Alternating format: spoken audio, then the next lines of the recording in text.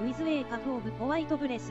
Those words glided past my ear but were soon swallowed up in the freezing wind, vanishing into the upper atmosphere.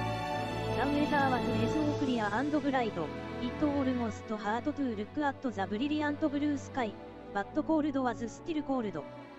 It had only been 3 days since the start of the year, and there was still quite some time before the northern hemisphere would begin doing warm-up exercises to prepare for spring. I walked on in silence for a bit, but I could tell my strolling partner was waiting for my reaction. I walked on in silence for a bit. I walked on in silence for a bit, but I could tell my strolling partner was waiting for my reaction, so I mustered my scant reserves of courtesy and said, "What are you counting, Koizumi? How much mochi you've eaten thus far in life?" "Hardly," the self-professed Esper boy said, a touch of self-deprecation in his smile. "There's no real meaning to that number. It simply popped into my mind as I arrived, or perhaps I just remembered it. A random string of numbers of no significance to you, humanity at large, or indeed anyone besides myself." But the fact that those whispered numbers reached my ears completely invalidated this talking to myself argument. Monologues meant to be overhead were like junk mail blown in on the wind. Whoever wound up with them would generally be annoyed. "I beg your pardon.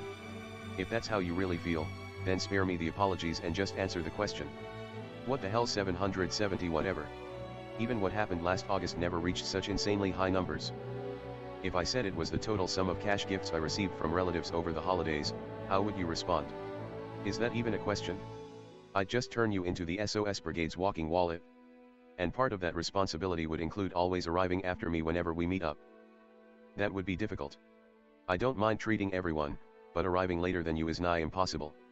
"How so?"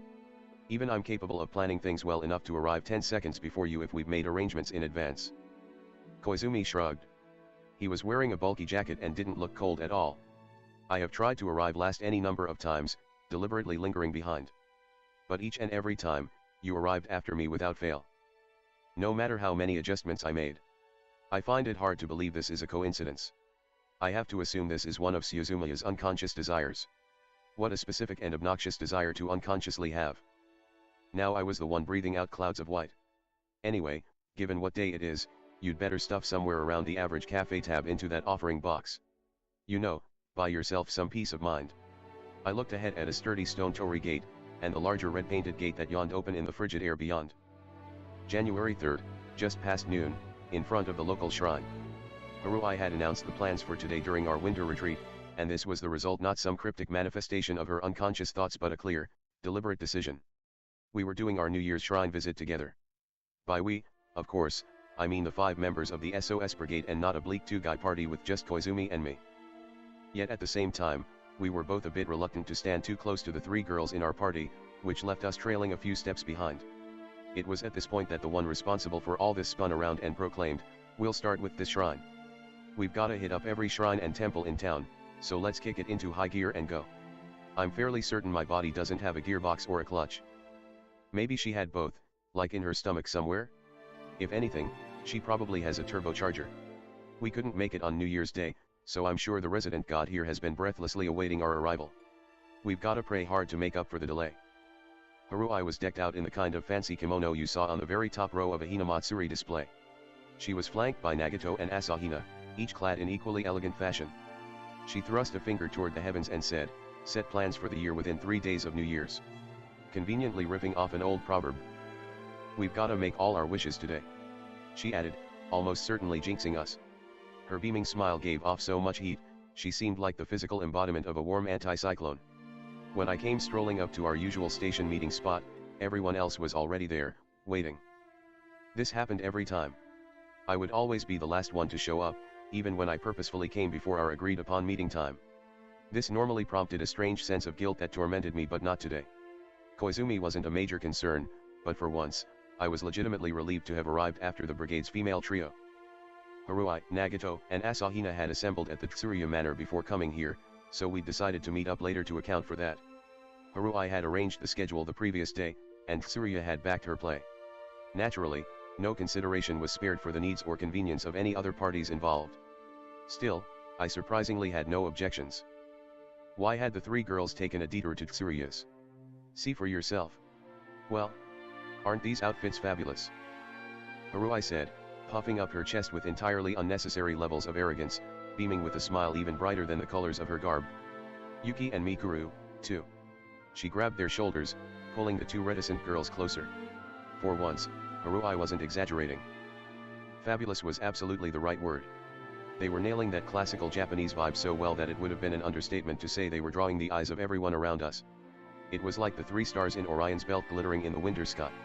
Asahina in particular wore hers so well that she looked like the cover model of a pamphlet produced by a kimono company trying to court rich clients with the tagline "A must for your lovely daughter's graduation ceremony." Totally a case of a top-notch outfit being elevated by the person wearing it. And she was neither demanding as much attention as Haruhi, nor stifling it the way Nagato was. She struck that sublime balance on the scales of beauty that marked her as truly a goddess among men. You can always count on Asahina to deliver. I'm not sure exactly what that might be in the situation, but deliver she did. You all look splendid. Like me, Koizumi was wearing his usual clothes. He offered up this verbal applause and then glanced my way. There was a trace of a smile on his lips that could only be described as reproachful, but Haruhi failed to notice. It was a bit disconcerting that I seemed to be the only one able to discern the subtleties of Koizumi's expressions. If I could do the same with Asahina, I'd be thrilled. Less so with this dude. But he only kept this loaded smile on me for a second before turning back to Haruhi. Did Tsuruya choose all the outfits? He asked. The fact that she had a selection broad enough to flawlessly match three very different girls was itself impressive but also weirdly expected. The place she lived in screamed old money so hard that if you dug a hole in the garden, you'd probably find money from the Genroku era before you hit well water. Tsuruya was the kind of girl whose family owned a villa near a ski resort. We'd actually just returned from an all-expenses-paid trip to that villa the day before. It had been an exhausting trip, all told, but on the train home, Haruhi had been going on and on about the first shrine visit of the year and what they should wear. That's when Tsuruya had readily agreed to outfit them all. Feel free to borrow any that strike your fancy, she'd said, like she was renting out disposable hand warmers. No, seriously, they're not doing anything but rotting in a drawer somewhere. Dad would love to dress me up in them, but I can't stand wearing clothes you can't run in. Same here, Haruhi said, clearly meaning it. But it's a shame to leave them stashed away like that. We'll be happy to wear them for you before they start holding a grudge for being neglected and come back to haunt you like a poltergeist. With that, she and Tsuruya exchanged high fives. Ooh. Heya. The meaning of this act was unclear to anyone but themselves. All I could do was assume this was the sort of high-energy shit only comprehensible to people whose default state of mind was positive and outgoing. Asahina was listening to their conversation, uttering a series of yelps and perplexed noises. Polter what? And clearly not following a word of it. Meanwhile, Nagato was sitting perfectly still, only her bangs swaying with the rocking of the train, her eyes never once leaving the unnaturally thick book in her hands. My sister and the crated cat, Shamizan, were both sound asleep. Incidentally, Tsuruya herself had to board an early flight for Europe and consequently wouldn't have time to be with the girls, so she told them to just go on in and take whatever they pleased. She'd promised to inform her household, but the idea of just strolling in like that still seemed daunting to me, though not to Haruhi. And what did Tsuruya want as payment? Just snap a pic of everyone in those kimonos. That'll suit me just fine. You got it? Haruhi had shot her a thumbs up, and without prophecy or prior planning, Koizumi and I both hung our heads. As my flashback ended, Koizumi said, I remember. It was just yesterday. He emphasized that last word, a note of gloom in his voice. But that is not where your memories of yesterday end, is it? Although, that was all I witnessed and all Suzumiya saw. Despite her kimono, Haruhi was taking great strides forward, leading us through the shrine grounds. It was still the third day of the year, so the place was packed. Fortunately, Haruhi's pace was as conspicuous as a wild rabbit's. Plus, she wasn't alone. Nagato was shuffling along on one side, and Asahina was valiantly trotting after her on the other, so keeping them in sight wasn't an issue. That said, there was an overwhelming number of stalls on both sides of the path, and the crowds were so dense that it made me wonder where all these people had even come from, barely leaving us any room to breathe, which was exactly the sort of stimulation Haruhi lived for. She was living her best life, you might say. All the tantalizing scents were really doing it for me, too. I hadn't had takoyaki in a while. Still, either Haruhi or one of Tsuruya's servants had a real eye for dressing people, and the costume change had apparently gone rather smoothly. My fears of standing in the frozen winds rolling down from the mountain peaks, just me and Koizumi stuck waiting forever, a chilling idea on multiple levels, had been thankfully averted. For once, arriving last was a good thing. I was deliberately and actively pretending I hadn't heard what Koizumi said, but he clearly saw through my ruse and let out a sigh that materialized as an extra-large cloud. You, Nagato, and Asahina weren't yet done with the winter trip. The three of you enjoyed extra innings together, correct? It was quite impossible to not feel left out after learning what had happened. I am the SOS Brigade's deputy chief, after all. Aha, that explained the faint whiff of despondency I thought I noticed in his elusive smiles. After we'd split up at the station post-trip, Nagato and Asahina had pulled off a feat I'm not sure can be described in Japanese in a way that makes any sense. It was essentially let's go to December 18th of last year and come back 62 seconds after we left. Naturally, it didn't leave us tired at all. In fact, I felt great. I didn't ask, but I think Nagato felt the same. Asahina had been thoroughly confused the entire time, so everything Nagato and I did must have been extremely weird. Then again, if you thought about it, nobody who could be found in Haruhi Suzumiya's wake was ever not weird, so I wasn't too worried. But apparently, this dude was pissed we hadn't invited him along on our time-crossing jaunt. It certainly feels like you were deliberately excluding me and Suzumiya. Oh, come on. We couldn't invite Haruhi. That would have created a mess way beyond a simple time paradox. Couldn't you have managed something if it was just me? No use asking now. You weren't there at the time. Complain to the me who made the second time leap. If that me had seen you or even heard your voice, you'd have been a part of the chaos whether you liked it or not. That much I can guarantee. Koizumi still had a faint and possibly reproachful smile on his lips, so I said, you've already got your hands full with the closed space. Becoming the boy who leaped through time is just working way too hard. Show some restraint. If it comes up again, please do ask. At least retain the notion in a corner of your mind. I certainly hope no such opportunities arose. And save your wishes for the god of the shrine, not me. If you drop an offering between each wish, you might feel better. Then again, I guess your agency doesn't worship the many gods of Shinto, but Haruhi herself. Haruhi was lined up with Nagato and Asahina, plodding along in front of us. Everything they had on was borrowed from Tsuruya, not just the kimono, but the traditional zori, tabi socks, obi fasteners, and hair decorations, too. With my low-income mentality, I couldn't even begin to guess how much it all cost, but I was pretty sure if we took it to a pawn shop, we'd get a pretty penny. Maybe not the most productive line of thought. By this point, we'd reached the designated hand-washing spot. Haruhi was super slapdash about most things but extremely meticulous when she chose to be, and she made sure we all picked up the ladle, cleaned our hands, and rinsed out our mouths. Like this? What, that's cold. Asahina squeaked, blinking furiously and trying to copy Haruhi's movements. She looked like she was getting ready for an early coming-of-age ceremony. Meanwhile, Nagato was standing perfectly still, holding the ladle, like a folktale ghost that had shown up at the Shishigo-san festival. Either way, they soon moved on, coins ready for the offerings, only to discover that the crowd by the front of the shrine building open to the public was even more packed. I was worried Haruhi's typical impatience would result in her charging into the slightest gap in the crowd like a unit of heavy cavalry spotting a weak point in the enemy formation, but apparently even our brave chief hesitated to resort to violence in the presence of a god. Obviously. She said with a full duck face. I know how to pick the time and place. I mean, if prayers were first come, first served, I might not have a choice, but, then she pulled Asahina closer. Oh, Mikuru. What do you say we try that outfit next? Haruhi was pointing at the part-timer selling wishing plagues and fortunes at the office window.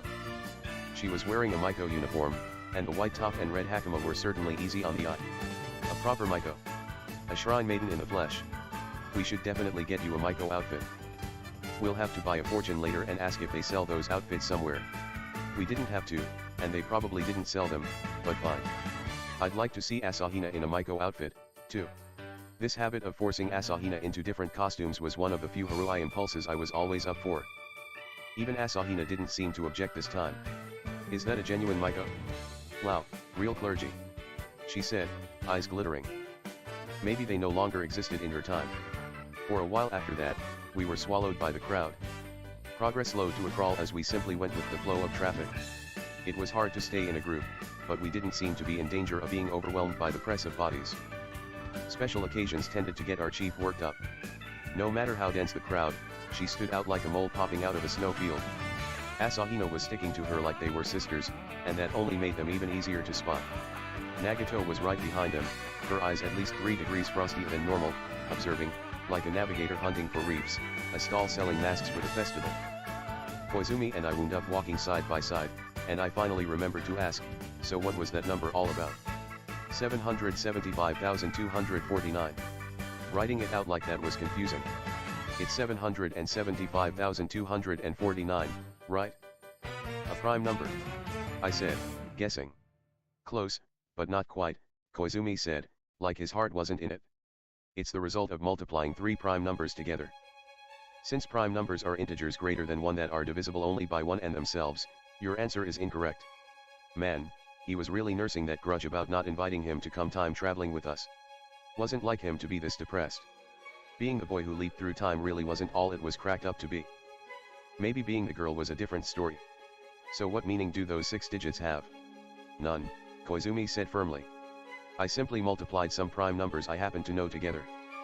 The resulting number doesn't even mean that much to me. But, well. Here, he smiled his best client-facing smile. Can you guess what the 3 primes were? Was this a quiz now? I'll give you a hint, there's 2 two-digit numbers, and 1 three-digit number. Simple, right? Trial and error will get you there soon enough. What a pain. Suzumiya would likely solve it instantly. She'd just say a random prime number, and it would almost certainly be one of the 3. I promise you when she visits that fortune booth, she'll draw the best one possible. We all know she defies probability, but I'm not her. Also, asking Nagito would be cheating. Let's say you have until we leave the shrine. Is there a prize for getting it right? I'll consider it. What would you like? Let me see. But ultimately, I was never forced to pit my anti-math brain against this problem. Or rather, we never got the chance. Kin. Koizumi. What are you doing? Keep up. Haruhi had reached the front of the shrine and was beckoning us with both hands. For the next several minutes, Haruhi let her love for festivals run wild like a puppy on the savannah, dragging all of us along in her wake. I started to seriously consider adding more synonyms for G's to my vocabulary. Let me quickly run through what happened next. After dropping my change from the vending machine in the offering box, look, that counts as splurging for me, I rang the giant bell. What is that bell for anyway? Some sort of ancient intercom? Bowed twice, clapped twice, bowed once more, the standard routine for shrines, then made some sort of prayer while looking all serious. I prayed Haruhi wouldn't pray for anything that would piss off the resident god, drew fortunes, and had a good time checking one another's results. Everyone drew basically what you'd expect them to draw, then browsed the still densely packed stalls, worried Haruhi would eat something and stain her kimono, kept an eye on Nagito, who kept trying to wander off. And read the signs on the grounds. They explained the origins of the shrine and the god worshipped here, watched over Asahina, who was delightful in all things. The way she was acting was much like the way I would act if I was suddenly flung back in time to the Kofun era, so basically, all the stuff you'd expect to happen at the first shrine visit of the year. I don't really remember how it happened, but at some point, Haruhi and I got separated from the others.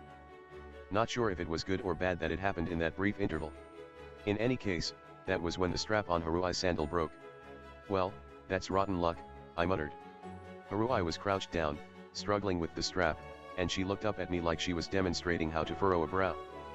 Very. I want my offering back. Is the god here taking a nap? Slightly relieved her anger wasn't directed at me, I said, crouching here is just gonna block the path. I'll lend you a hand. We were right in the middle of the main shrine throughway. One stream of people on their way to say a prayer, and the other on the way back out. If we stopped moving, both of us would be in everyone's way. Nah, this is nothing. She snatched the broken zori off her right foot and tried to hopscotch away on her left alone. This might have been doable in street clothes, but with those long, dangly sleeves, she quickly lost her balance. I caught her before she fell. Let's just hurry and move to the side. With her leaning on my shoulder, we beat a hasty retreat over to a nearby lantern.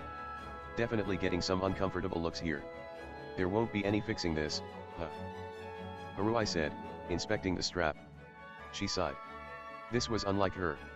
Was being stuck to me like a morning glory on a fence post putting her in a strange mood? It's not about you, she said, applying a bit more pressure to my shoulder. If I hop the rest of the way back, I'll end up ruining this zori, too. I don't believe in returning things I borrowed in worse condition. You're more the type to borrow things and then claim they're yours now, yeah. Say that again. I dodged her glare and pulled out my phone. Probably best to regroup with the others sooner than later. Koizumi would most likely love having Haruhi cling to him like this. He picked up, but his answer surprised me. First, he was with Asahina and Nagito. Second, they were already by the shrine's main gate.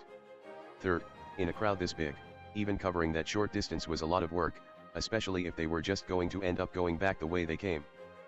I conceded this point. Fourth, even if they did come back, the only thing that would accomplish is making somebody else help Haruhi walk, so I might as well be the one to do it. Fifth, we'd already done everything we'd planned to do at the shrine. Time constraints dictated we should get out of here as soon as possible, and retracing our steps back to the entrance was the optimal choice. Deliberately picking a new route seemed entirely unnecessary.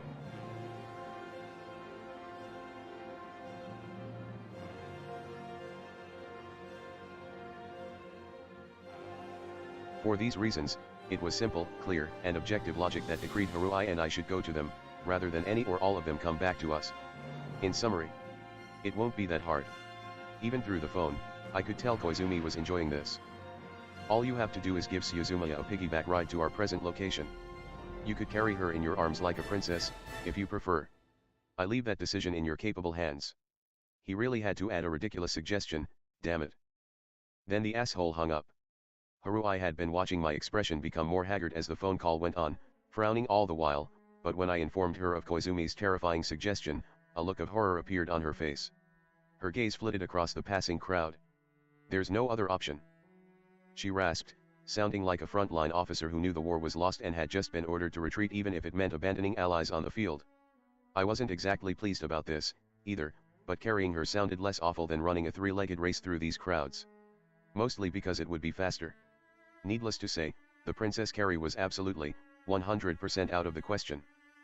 Do you even realize how many people would stare? Haruhi was dangling the Zora with the broken strap in front of her, glaring at it balefully. It is what it is, I said, kneeling down in front of her. She hopped on board readily enough. Feeling her weight on my back, I tried to secure her legs with my hands, but... Hey! Watch where you grab me. Not being familiar with the proper piggyback procedures, I had imagined, based on the concept of fulcrums, that securing her thighs under my arms would be best. Not being familiar with the proper piggyback procedures, I had imagined, based on the concept of fulcrums, that securing her thighs under my arms would be best for balance.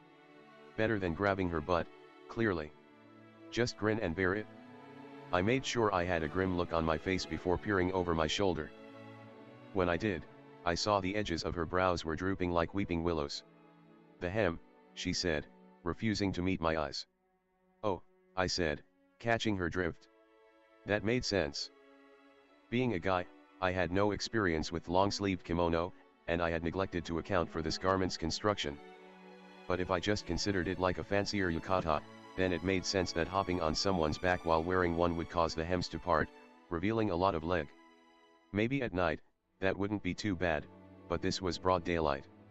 We stood out like two jewel beetles in a swarm of drab drone beetles.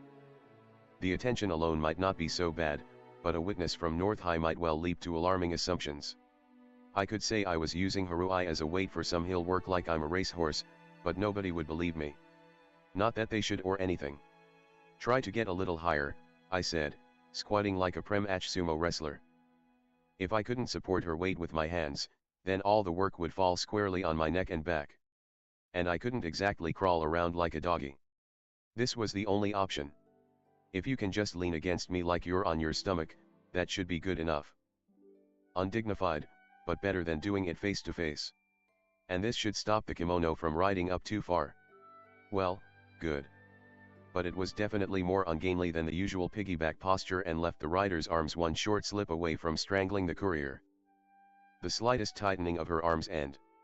well, it was tough to feel safe. Don't mess around back there, I said.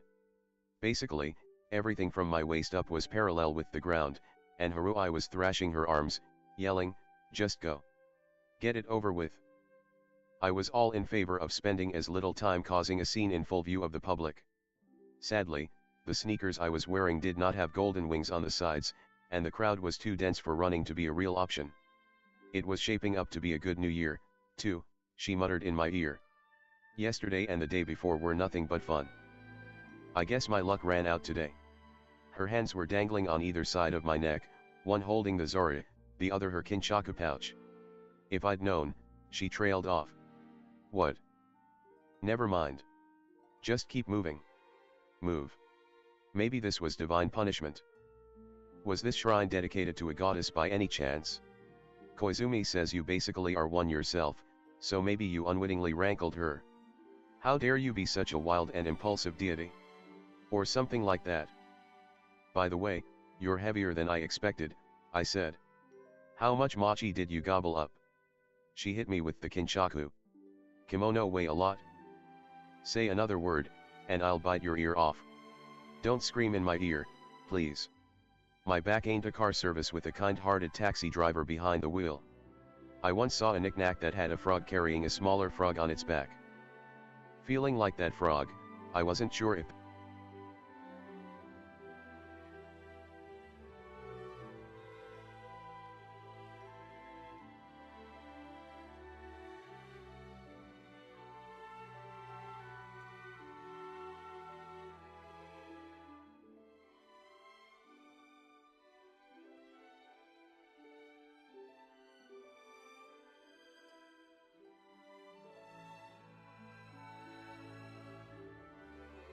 I once saw a knick-knack that had a frog carrying a smaller frog on its back.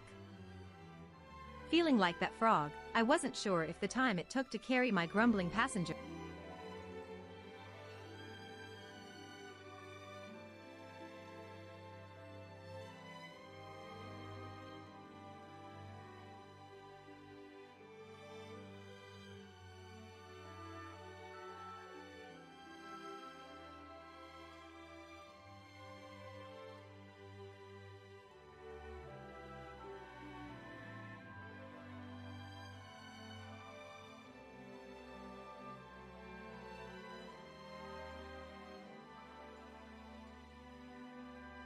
Feeling like that frog, I wasn't sure if the time it took to carry my grumbling passenger through the red gates was more accurately measured in minutes or seconds.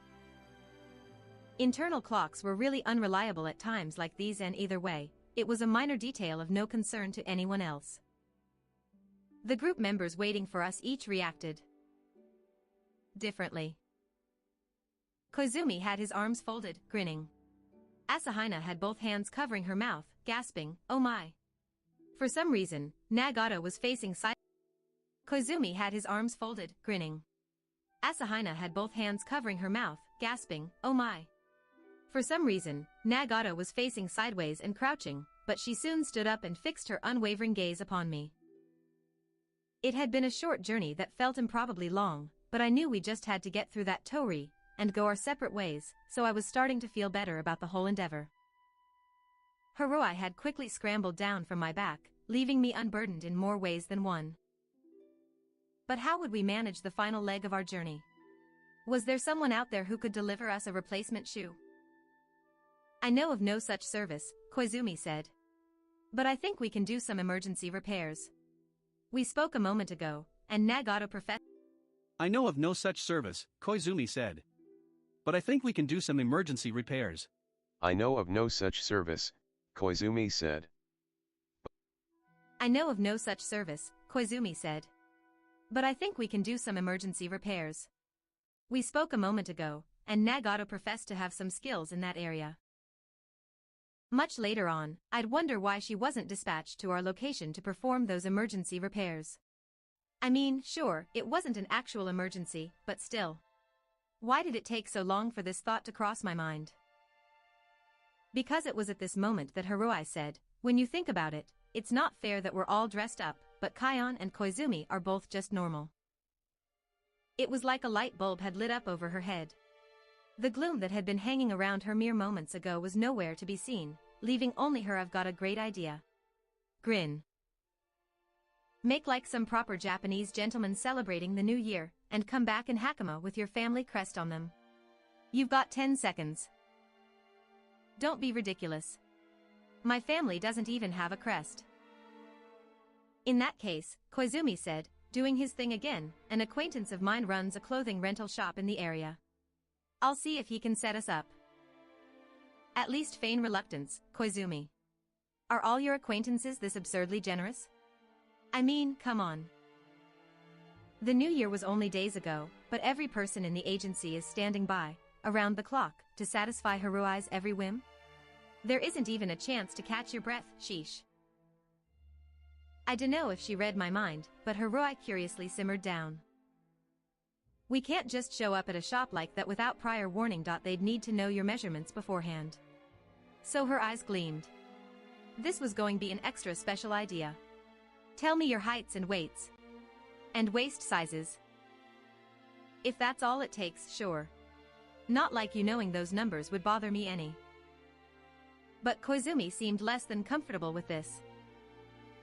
Where he normally responded to any request with a flawless business smile, on this one occasion, he was abruptly left at a loss for words. He pondered the matter a moment.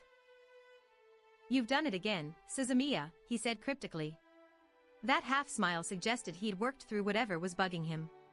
"Mind if I tell you over here? I consider it a private matter requiring the utmost delicacy." He glanced at me and then helped Haruai hobble a few steps away. The two of them began whispering furiously. Haruai was being Haruai and making a grand show with her exaggerated, conspiratorial nods. What need was there for secrecy? He's not a boxer getting ready for the weigh-in. Then it hit me. That number he'd muttered earlier, 775,249. The sum of 3 primes. A pair of 2-digit numbers and a 3-digit number. Feeling eyes on me, I turned. And found Nagato staring at me. Seemed like she wanted to say something. Or wanted me to ask. But I'm not always that desperate. Nah, Nagato. Don't tell me the answer. I can figure this one out myself. Okay, she said flatly. She then rubbed out the numbers she'd written in the dirt at her feet. A few days later. Winter vacation was almost over, and my mind was starting to consider doing the warm-up exercises needed to survive the trip over the long hill that led to our beloved school. On one such day, I was hanging out in my room, when my sister burst in. As usual, she didn't knock. "Letter for you. From Koizumi." She handed it to me, then picked Shamizan up off my bed, and took him away with her. I flipped the envelope over. The sender's name was written on the back, in rather square handwriting. Definitely Koizumi's. I ripped it open and dumped the contents out. 2 photos fell onto my palm. No letter or postcard or anything, but this was plenty. One photo featured me and Koizumi in our rented Haori and Hakama, surrounded by Haruai, Nagato, and Asahina, each striking a pose in their long-sleeved kimono. On the way from the rental shop to the next place of worship, Haruai had found an old-fashioned photographer. The photos they'd taken had been sent to Koizumi and forwarded on to me. Man, I hate to admit it, but I had a really dumb look on my face. I can't pull off those clothes at all. Oh, I get it. Everyone in kimono, huh? Impressed that Haruai had gone to such lengths to fulfill Tsuriya's request, I picked up the second photo. The framing, illumination, and photography skills were nowhere near as good as the pros.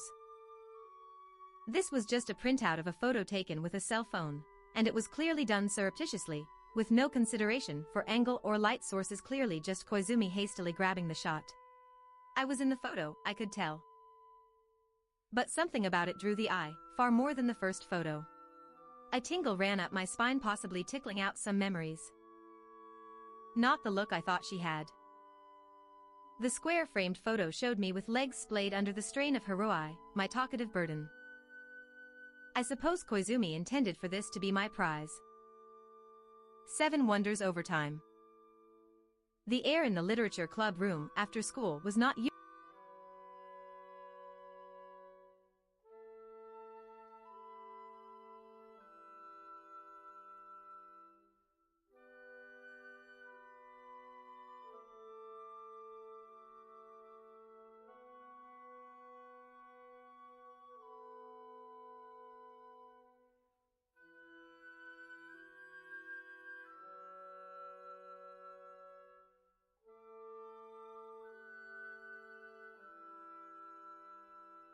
The air in the literature club room after school was not usually suffused with such grim tension. Even with the windows closed, we could hear the baseball team at practice, shouting enthusiastically, the crappy trombones of the wind ensemble practicing, a few scattered birdsongs, and the telltale rustling of leaves blowing in the wind. But not a soul in the room was making a sound. I was sitting across the table from Koizumi, our heads down, eyes locked firmly on the tabletop. Nagato was in her usual spot on a folding chair in the corner, her eyes never once leaving the dictionary-sized volume in her hands. And Asahina. Slowly, she gracefully reached out her hand, plucked a single card from the pile in front of her, and carefully flipped it over. She parted her pink lips to read the words written on it. Now in dire distress. Koizumi and I both leaned farther forward, eyes straining wide. It is all the same to me. So then let us meet. Asahina paused momentarily, looking from one of us to the other. Haruhi. She was in her usual maid outfit, but no matter how many times I saw it, it was magnificent, splendid, and affording of new discoveries, ones that I was currently not capable of searching for. When neither of us reacted, the Literature Club's exclusive maid whispered, "Even though it costs my life, drawing out the syllables theatrically." Nagato. Our eyes darted across the table. There were dozens of cards laid out before us, but our target was only one of many. I was muttering life, life, life under my breath, but before I found the target, Asahina reached the end. In the Bay of Naniwa. Looking relieved, she softly put the card down. Phew, she said, then took a sip of tea from her mug. Koizumi and I were still frantically searching for the card with the back half of the poem on it. The sound of Nagato turning a page echoed faintly. Got it. Koizumi said, tapping one of the cards in front of him and picking it up. Is this right? His smile didn't look too confident. We had both been wrong several times. The game we were playing was known as Karuta, which was based around a collection of 100 poems known as the Ogura Hyakunin issue that had been assembled by the historical figure Fujiwara no Taika. Our goal was to be the first to grab the unique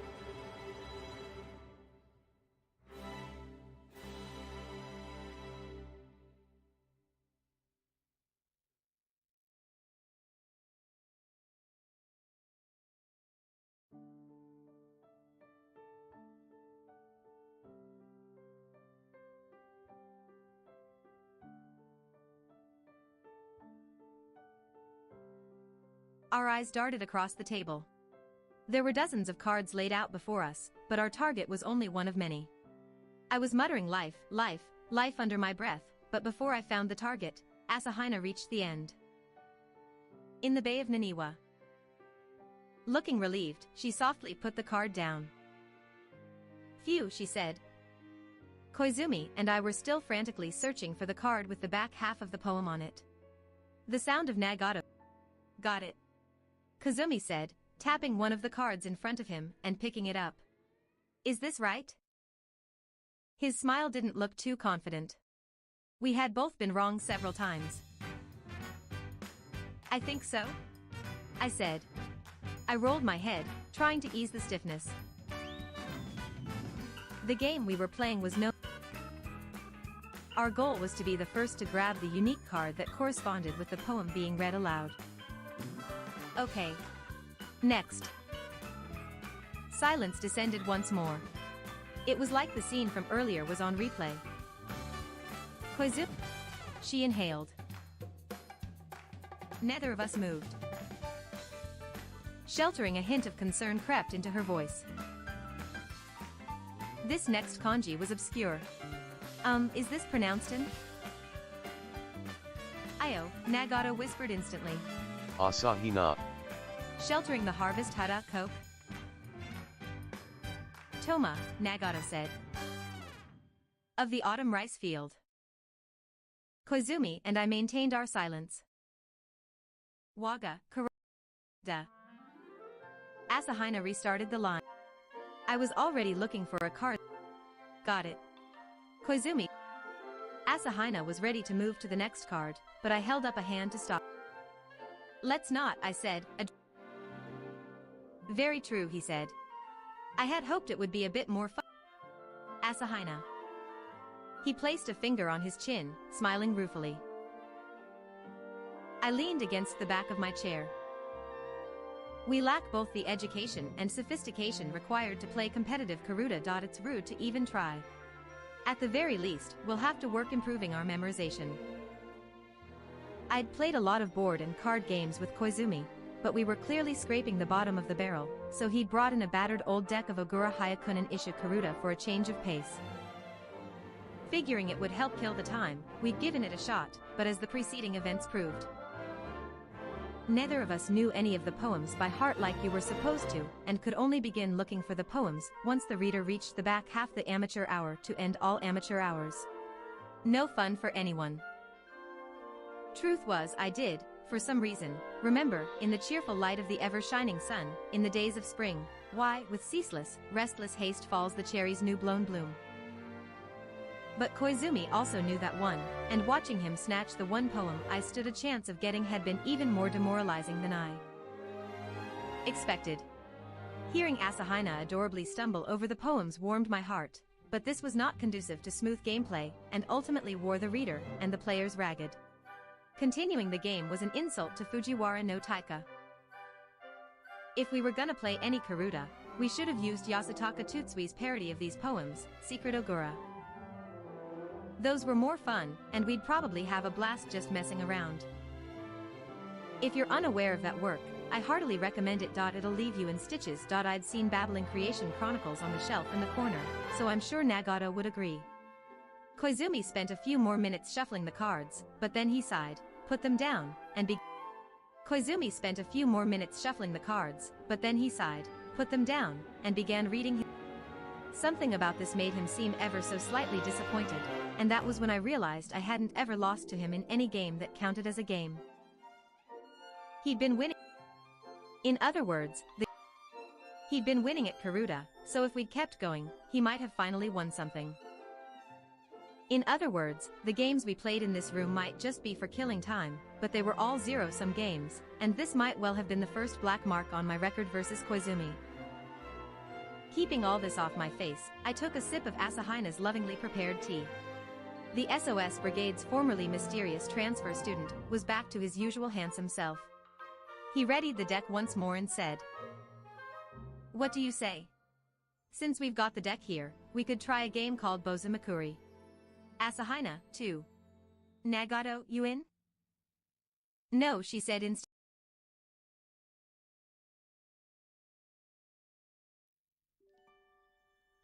"No," she said instantly. She moved her fingers, advancing to the next page. Asahina handed the reader's deck over. "What exactly is that?" she asked. "Mikuru as in, flipping cards? And bozu? Like a boy or, oh, a monk? Like the ones in the deck?" What a very time tourist way to divine the meaning of unfamiliar words. She looked quite pleased with herself. "There's a lot of local variant rules," Koizumi said, "but let's go with a bog-standard version." As he filled Asahina in, I turned my gaze to the vacant chief's chair. When the end-of-day bell rang, Haruhi Suzumiya had shoved her bag into my hands, squawked, "You go on ahead," like some screechy, tropical bird, and was out the door like a gust of wind. I had no clue what she was up to and didn't much care. I had long since come to the realization that worrying was a waste of time. Concerning myself about things before they happened was exhausting, and I was better off only getting exhausted once some crisis actually took place. There was always the faint possibility that nothing would happen at all. Yes, a particularly persuasive bit of self-deception, if I do say so myself. A single card escaped the reader's deck that Koizumi was shuffling. It slid across the table to me. Lucky for me, it was a princess card. Spring, it seems, has passed, and the summer come again, for the silk-white robes, so 'tis said, are spread to dry on the Mount of Heaven's perfume. The blossoms were gone, and the cherry trees blended into new greenery, but summer was still a long way off, and a chill hung in the air, likely because this was halfway up a mountain. 2 months into my second year at high school, in the last leg of May, and the SOS Brigade was as it ever was. It wasn't like we were just killing time until Haruhi's arrival. But we did get to enjoy the entirely luck-based thrills of Bozumakuri for quite a while. None of us had gotten the titular monk yet. Revealing a monk would force us to discard all of them. Whose luck would last the longest? Before the draw pile could determine our fates. Bam! A loud noise came from the door. Who? Asahina jumped and turned toward it. That was less of a knock and more someone ramming their shoulder into it. Tap, tap. This noise came from the bottom of the door. I had no idea who this could be, but it sounded like someone had body slammed the door, fallen to the floor, and then began tapping it with their toenails. And this bizarre individual had business with the SOS brigade. That narrowed down the potential suspects considerably. If it wasn't someone from the computer club 2 doors down begging Nagato for programming tips, then maybe this was a third client following Kimidori's and Sakonaka's lead. Or perhaps it was Koizumi's fellow agency member, the student council president, back with a new complaint. Tsuruya would never knock. She always burst in like she owned the place, even more than Haruhi herself. Thud, thud, thud. The shoe knocker seemed to be getting impatient. Oh, coming. Asahina hastily got up and fluffed out her apron skirt as she reached for the doorknob. The portal opened, revealing the visitor beyond. Yo, is Haru here? A breezy question. One look explained the odd knock. She was carrying a huge stack of books and files and bundles of paper, leaving none of her hands free. Not sure. Kicking was the best solution, though. Mind if I come in? She asked. Then she spotted Asahina dressed as a maid and gave her a long look, letting out a noise like she'd accidentally stepped on a jellyfish that got washed up on a beach. I'd heard the legends, but to think one of the wonders would be standing right here before me. What a cryptic statement. Asahina flinched at this excessive curiosity, but her own curiosity got the better of her, and she asked, can I ask what brings you here? How very maid-like. I approve. Your boss asked me to bring the goods here. Actually, she may not have done that. But I brought him anyway. I'm just that nice. Baggage and all, she stepped inside, glancing at Nagato, Koizumi, and me in turn. Hoki, Kayam. Take this stuff off me already. I want to use my arms again. Who and where was this Kayam fellow? Kion is kinda hard to say, so I never liked that nickname. I wholeheartedly agreed, but Kayam was equally terrible. Neither Nagato nor Koizumi moved, so I caved and took the pile of stuff from her. There was a lot, and it was damn heavy. Asahina said, tentatively raising an inquisitive hand. Do you know her? Yeah, she's a classmate. I said. Class 5, a second year like Haruhi and me. Koizumi locked his gaze onto her. What is it Haruhi asked you to do? I set the stack down on the table, which wasn't easy, since loose paper and books were all mixed together. The volume on top was called Ghost Stories, Past and Present. Below that was Notable Tales, Old and New, and what? Looked like a children's book? Scary school stories? None of these titles were setting me at ease. It was clear what direction Haruhi intended to follow. So at lunch today, our visitor began explaining, legs set wide and firm. I bumped into her outside the toilet, and she asked me something. What? Whether I know about the school's 7 wonders. Why would she ask you that? I dunno. Probably has to do with the fact that I'm in the Mystery Research Club. I guess she did mention that when introducing herself at the start of the term. But how do the Mystery Club and the 7 wonders connect? Okay, so her exact wording was. She launched into a Haruhi impression. Does this school have 7 wonders? I haven't heard of any, but maybe some stories about them have been passed down in the Mystery Club. The impression was just good enough to be weirdly frustrating. Was it specifically 7 wonders? Not the 7 lucky gods or something else she might have said wrong. Well, it certainly wasn't the 7 blunders, she responded without any hint of a joke. Honestly, it was confusing to even hear that schools have 7 wonders, but I've figured it out. Clearly, Haru is looking for spooky rumors. I imagine she thinks mystery and occult are synonyms. I don't think that's quite it. Haruhi toured all the clubs when school started, and was furious the mystery club had never actually stumbled across a murder. Oh yeah, I think I heard about that legendary visit from a senior. Our classmate in the mystery club shook her head dramatically. I haven't participated yet, but the mystery club does have trips during the summer and winter vacations. But the North High Mystery Club's activity records show no instances in which the members were stranded on an island by a storm or suddenly snowed in and trapped in a ski lodge. A complete and utter shame. I could see Koizumi spread his hands and shrug. Both those things had happened to us, and neither of them were particularly enjoyable experiences. I glanced at Nagato for confirmation, and to my complete surprise, the human interface had foregone her usual lack of interest in all things, closed her book, and had turned her eyes toward the uninvited. Well, let's set all that aside, I said. I think we know more than enough now about your club's wonderful activities. What was your response to Haruhi's question? Without batting an eye, she said, I went directly to our club president and inquired about the existence of any oral tradition that might have preserved the 7 folklores of this particular high school. He said no. I went flying back and informed Haru of that, and she said, humph, then promptly turned her back to me. So North High had no homegrown 7 wonders? Shouldn't that have been the end of the story? Why haul in this mountain of folklore? To be honest, I'm not really sure myself either. I was getting a headache. The club seniors told me to bring this over. So I came straight here, arms loaded high. Thank you so much, Mystery Club vets. How will we ever repay you? If Haru's on the hunt for 7 wonders, then we're on board to help. And the first step is naturally reference material. We got here a selection from the Mystery Club's library, and we printed out a bunch of supplementary info from the internet. Sorry, but I'm afraid all that hard work was for nothing. I hate to say this after you carried it all this way, but could you please take everything back? Especially before Haruhi has a chance to see.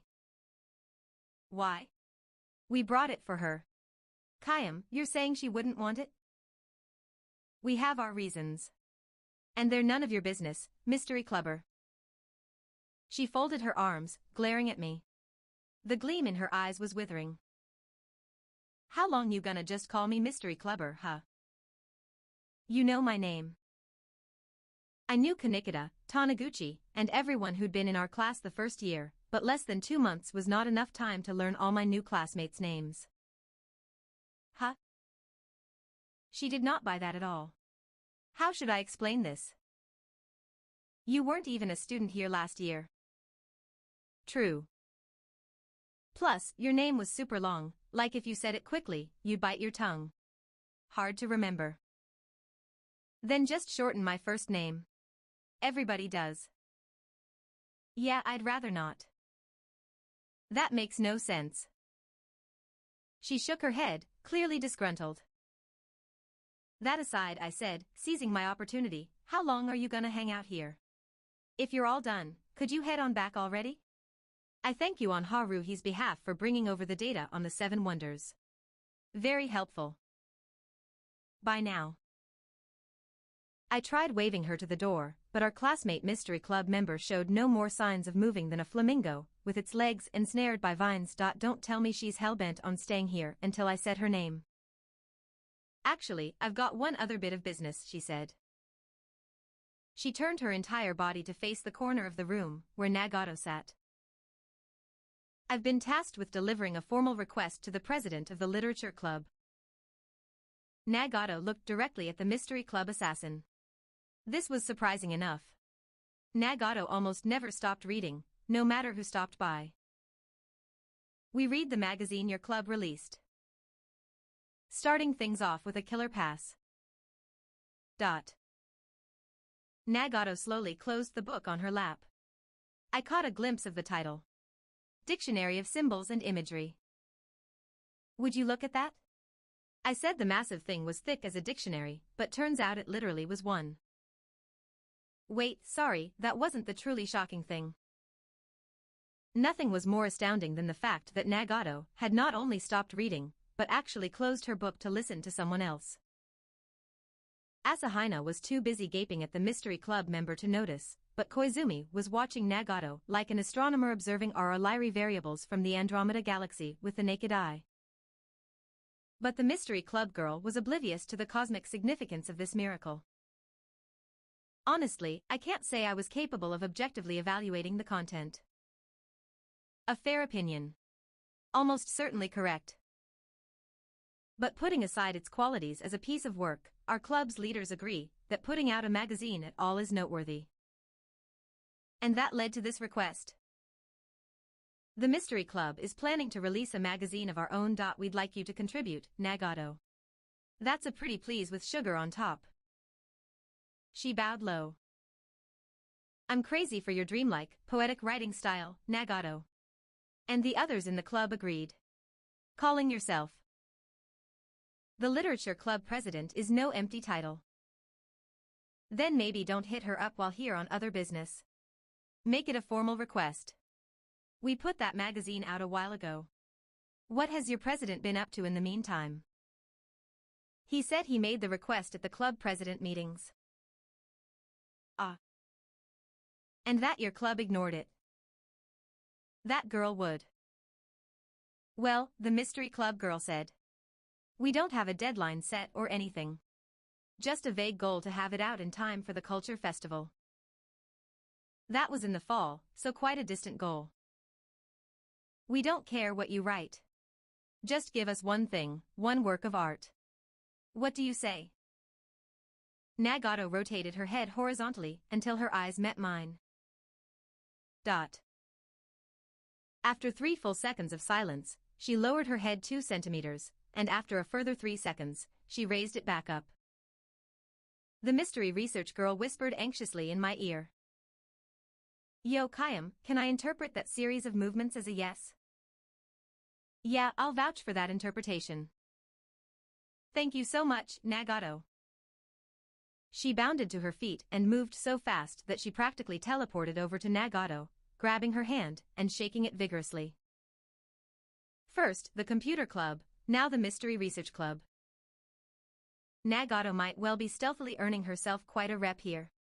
She largely functioned as the literature club's own guardian spirit, almost like she was the resident Sashikawarashi. It wouldn't hurt her to broaden her social horizons. I was starting to think recruiting Nagato was the real reason. This girl had been dispatched here, and delivering Haruhi's 7 Wonders data had just been an excuse. If that was true, the Mystery Club leadership were some crafty customers. Having secured Nagato's participation, the Mystery Club girl had made herself at home, and was now sauntering around the room, inspecting the bookshelves. On a journey through the sea of spines. You've got great taste. Lots of fantastic mysteries here. This one's amazing. Ooh. She'd frozen in her tracks, then yanked a volume from the shelf at lightning speed, flipping through the pages. Is this the Viking Press hardcover of Thomas Pynchon's Gravity's Rainbow? The 73 first edition? She held the book aloft to the heavens. Nagato, would it be possible for me to borrow this? I had no clue how valuable that battered old tome was, but Nagato placidly waited approximately 6 seconds before nodding once. Kayam, am I right to? That was a yes.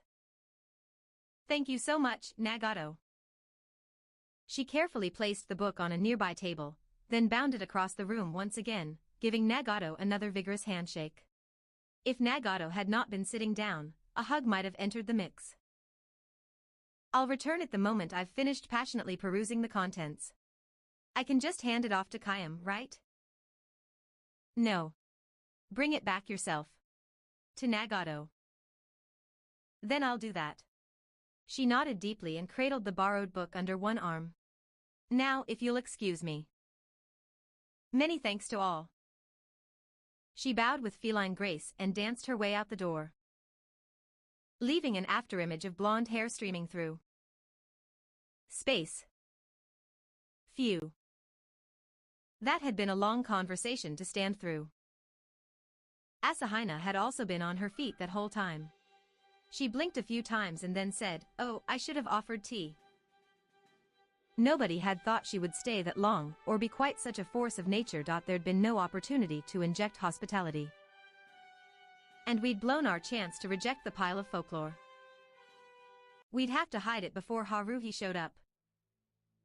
I checked around to see if there were any nooks or crannies where the contraband could be hidden out of sight, and found Koizumi looking oddly dejected. Was the exchange student who had been placed in my class last month really that worrying? That's a concern, certainly, but... Then is it because she failed to mention the cat story you wrote for the magazine? Well, that doesn't really matter. He peered down at the gift she'd brought us. The school's 7 wonders are a far more pressing concern. Aha. Koizumi didn't seem to care for my reaction. He leaned forward in his chair. Suzumiya is investigating whether this school has any such legends. And like our visitor said, it would appear there is no such thing. Which makes matters simple. You know how Haruhi's mind works. If something doesn't exist, we just have to make it ourselves her life motto. That is the next logical step, yes. And where that leads is clear. Sooner or later, Suzumiya will create a set of 7 wonders for our school. Using the full force of her boundless imagination, she'll come up with occult phenomena that are downright disruptive. Koizumi raised his hands in surrender. And it's entirely possible that one or all of these wonders will wind up becoming real. I swallowed the last of my tea. That's right. Haruhi had the power to make her wishes come true. The SOS Brigade's chief had yet to appear. We had to consider it a stroke of luck she had not been present for the eccentric Mystery Club girl's visit. That we should. This at least buys us some time. Koizumi nodded. Time for what? I asked. Naturally, to think up this school's 7 wonders. Before Suzumiya herself dreams up bizarre phenomena and plunges North High into the crucible of chaos, we must prepare a viable set of preventative measures. We can't just do nothing, that's for sure. If it's something like cherry blossoms blooming in the fall, we can laugh it off as something caused by global climate instability. But the pigeons in the shrine turning out to be supposedly extinct passenger pigeons, well, if biologists had found out, it would have been quite an event. A similar principle. So just like when we filmed the movie. The 4 of us had been repeatedly forced to hold emergency meetings. All SOS Brigade members, Haruhi herself excluded. But this was the first time we'd done that in the clubroom. While Asahina was getting everyone a fresh cup of tea, I had Nagata leave her usual corner and join us at the table. She pulled a book of scary stories for children out of the Mystery Club's pile and quietly started reading. Horror and mystery are 2 sides of the same coin, Koizumi said, examining the stack of documents towering before him. If the ghost turns out to actually be a ghost, that would be considered horror, but if it's just a dried flower or a weeping willow mistaken for an apparition, then it becomes commonplace. Taking horror-inspired phenomena, molding... You should have brought that up while the girl was still here. She might have been impressed. I foresaw the distinct possibility that we might end up discussing mysteries for hours, so I resisted the temptation. If he kept talking like this, I was definitely bound for Headacheville. The tea's ready, Asahina announced, bringing the tray of tea. The tea's ready, Asahina announced, bringing the tray of...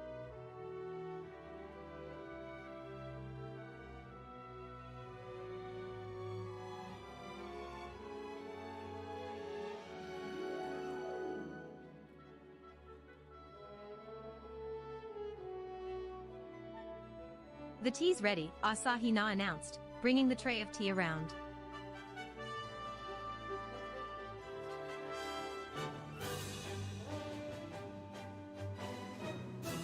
Asahina. Asahina. Nagato. Nagato.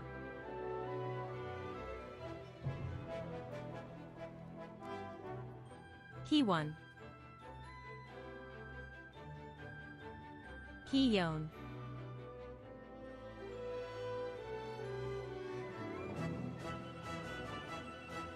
Haruhi. The tea's ready, Asahina announced, bringing the tray of tea around. She served one to each of us, and then took her seat. Koizumi bowed to the club maid, then launched into the briefing. I explained as much during the film shoot last year, but the trick is to prepare sound reasoning that will prevent the state of the world from altering. I could use a refresher. What does that mean in this case? I found a good example in the data your classmate brought us, so let us examine it together. Koizumi pulled a book from the stack. A hardcover volume called Notable Tales, Old and New. This is a collection of lore compiled in the Kamakura era. It contains a vast quantity of stories and incidents that the author, Tachibana Narasu, either heard about or personally witnessed. It has become a valuable reference for the superstitions and attitudes of the age. Classical Japanese was definitely not my forte. One story in here is so famous that it also appears in anthology of tales from the past. It's a mystery tale that reads as horror. According to this, a certain grisly murder was perpetrated by a demon. Muttering that he was sure it was in here somewhere, Koizumi seemed to be struggling with the index. Eventually, he located it. Here it is. August, 3rd year of Nina, Pine Grove east of Butoka Palace, a man transformed. When was the Nina era again? I could only remember the temple named for it. According to the author, the corresponding date on the Gregorian calendar would be sometime in early September 887 AD. 3 court ladies were out for a nighttime stroll when they spied an attractive man beneath. 3 court ladies were out for a nighttime stroll when they spied an attractive man beneath a pine tree. He took the hand of one of the ladies and drew her into the shadows. I could only remember the temple named for it, and that it was during the early Heian era. The two of them spoke for a while but eventually fell silent. The ladies' companions grew suspicious and peered into the darkness, whereupon they found only the woman's severed limbs. That was grisly. The 2 ladies hastened to the nearest guard post, and at their behest, the night watch raced to the scene, but all they found was the victim's limbs, no signs of her head or torso. Or the man in question. Absconding with part of the body, the main part was certainly the stuff of horror. And the man. Yes, they decided only a demon could be responsible, and that the man in question had to be a demon in disguise. That's what the people of that era concluded. There a follow-up? The account of the incident ends there, and the rest of the book covers other topics. It seems that same month had an unusual number of earthquakes and attacks by swarms of winged ants and heron flocks, alongside a number of other exceptional incidents. Koizumi seemed indifferent, but for the Kyoto natives at the time, it must have been a real nightmare. They didn't have bug spray or handy nets to ward off unwanted birds. Earthquakes were a problem to this day. But it was hard to connect those to the murder. There are 2 basic conclusions, Koizumi said. First is that the killer really was a demon. That's not particularly strange. In the Heian era, people were certain there were several species that fed upon humans, and all manner of unnatural creatures in the world at large. My only window into the Heian era came from video games. The second is that the killer wasn't a demon, in which case he must have been human. Following this line of thought, there are several possibilities. One is that there was a murderer who cut off a woman's arms and legs and carried her head and torso away. Even back then, it must have been quite challenging to kill someone, disfigure the corpse, then escape with the head and torso in tow without leaving any witnesses. The other possibility is that the 2 surviving ladies were responsible. They could have had their reasons to conspire and slaughter the victim. The disappearance of the head and torso could have been because of lingering evidence that the crime was their doing. Say, for example, the killing cuts were many and shallow, delivered by a physically weaker woman's hand. This would have forced them to completely remove the limbs, dispose of the remainder elsewhere, and file a false report of the incident. Koizumi let out a short chuckle. Their report is difficult to believe, and the scene left behind even more bizarre. It's no wonder the guards concluded a demon did it. It was clearly not the work of mortal men. As you yourself suggested. I feel tricked. But if you reach the latter conclusion, all becomes clear. Koizumi picked up the mug with his name on it. The key to this explanation is that, however grisly the murder, we know demons don't exist. This is not a fantasy world, but the world we all know and live in. He took a sip of steaming hot tea. There's one other demon-based story in this volume, he said, clearly on a roll now. Which was quickly interrupted when he struggled to find the story he was looking for. Ah, here it is. July, first year of Joan.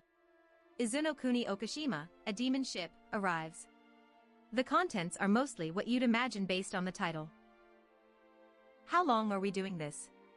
I hate dealing with old-school Japanese. Can we move on already? This is clearly just a way for Koizumi to vent frustration over not being able to chat about mysteries, because of the issue surrounding the Seven Wonders.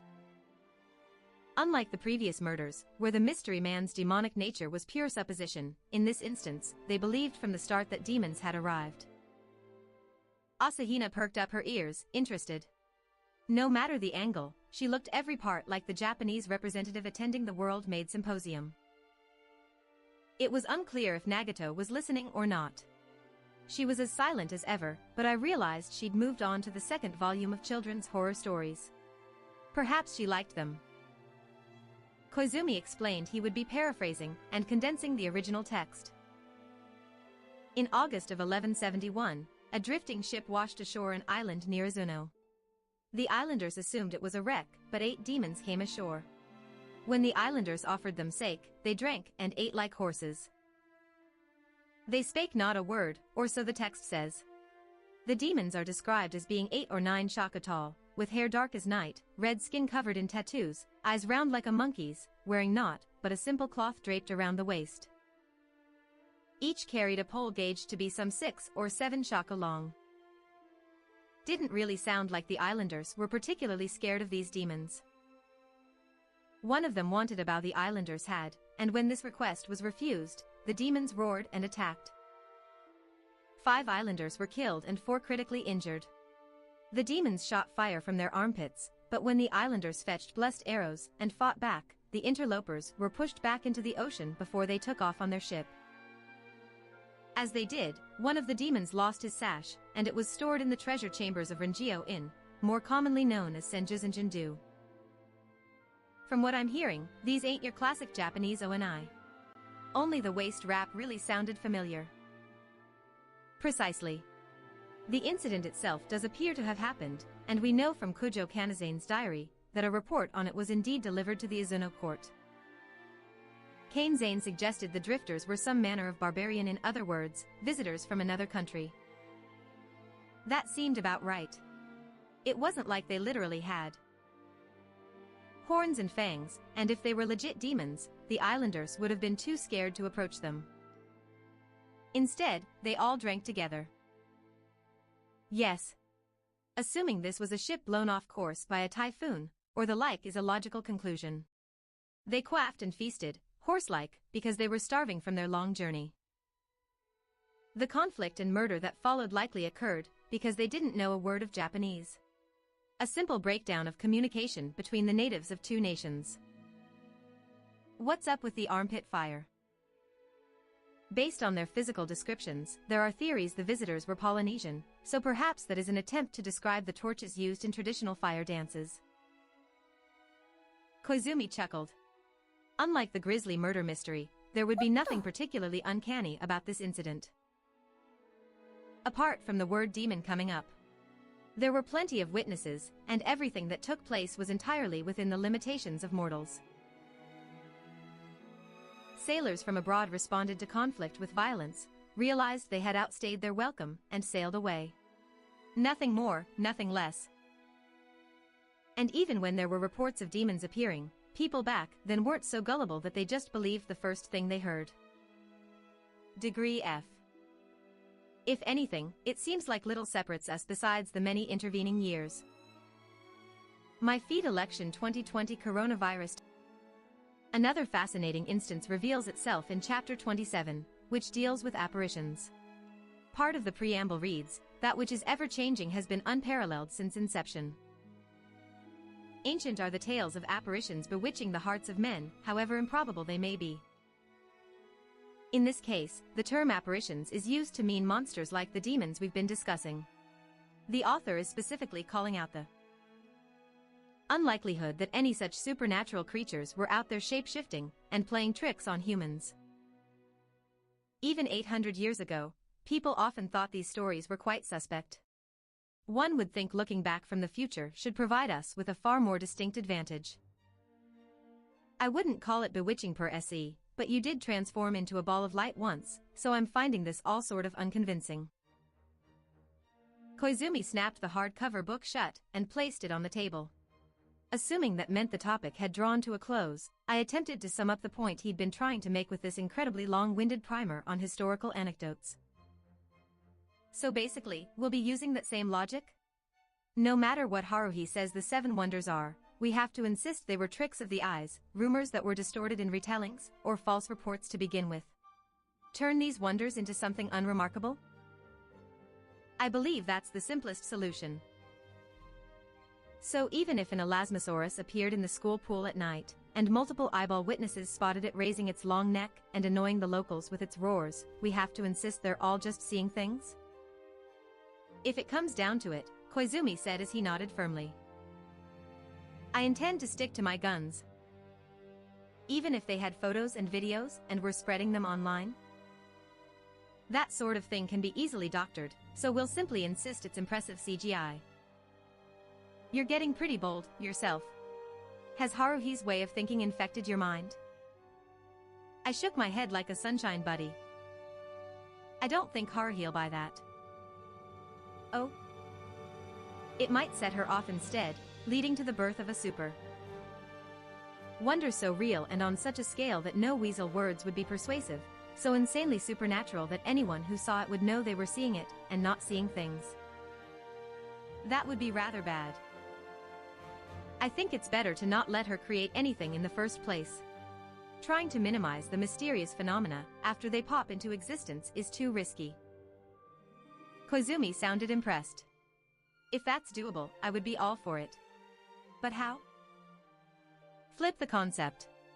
Instead of waiting for her to dream the wonders up, we concoct our own wonders. North High already has 7 wonders, and here's what they are. That argument is the best way to silence her. What if she doesn't like them? Once we get that far, the rest is a gamble, no doubt. But I feel like if we handcraft 7 wonders for her, she wouldn't dismiss them out of hand.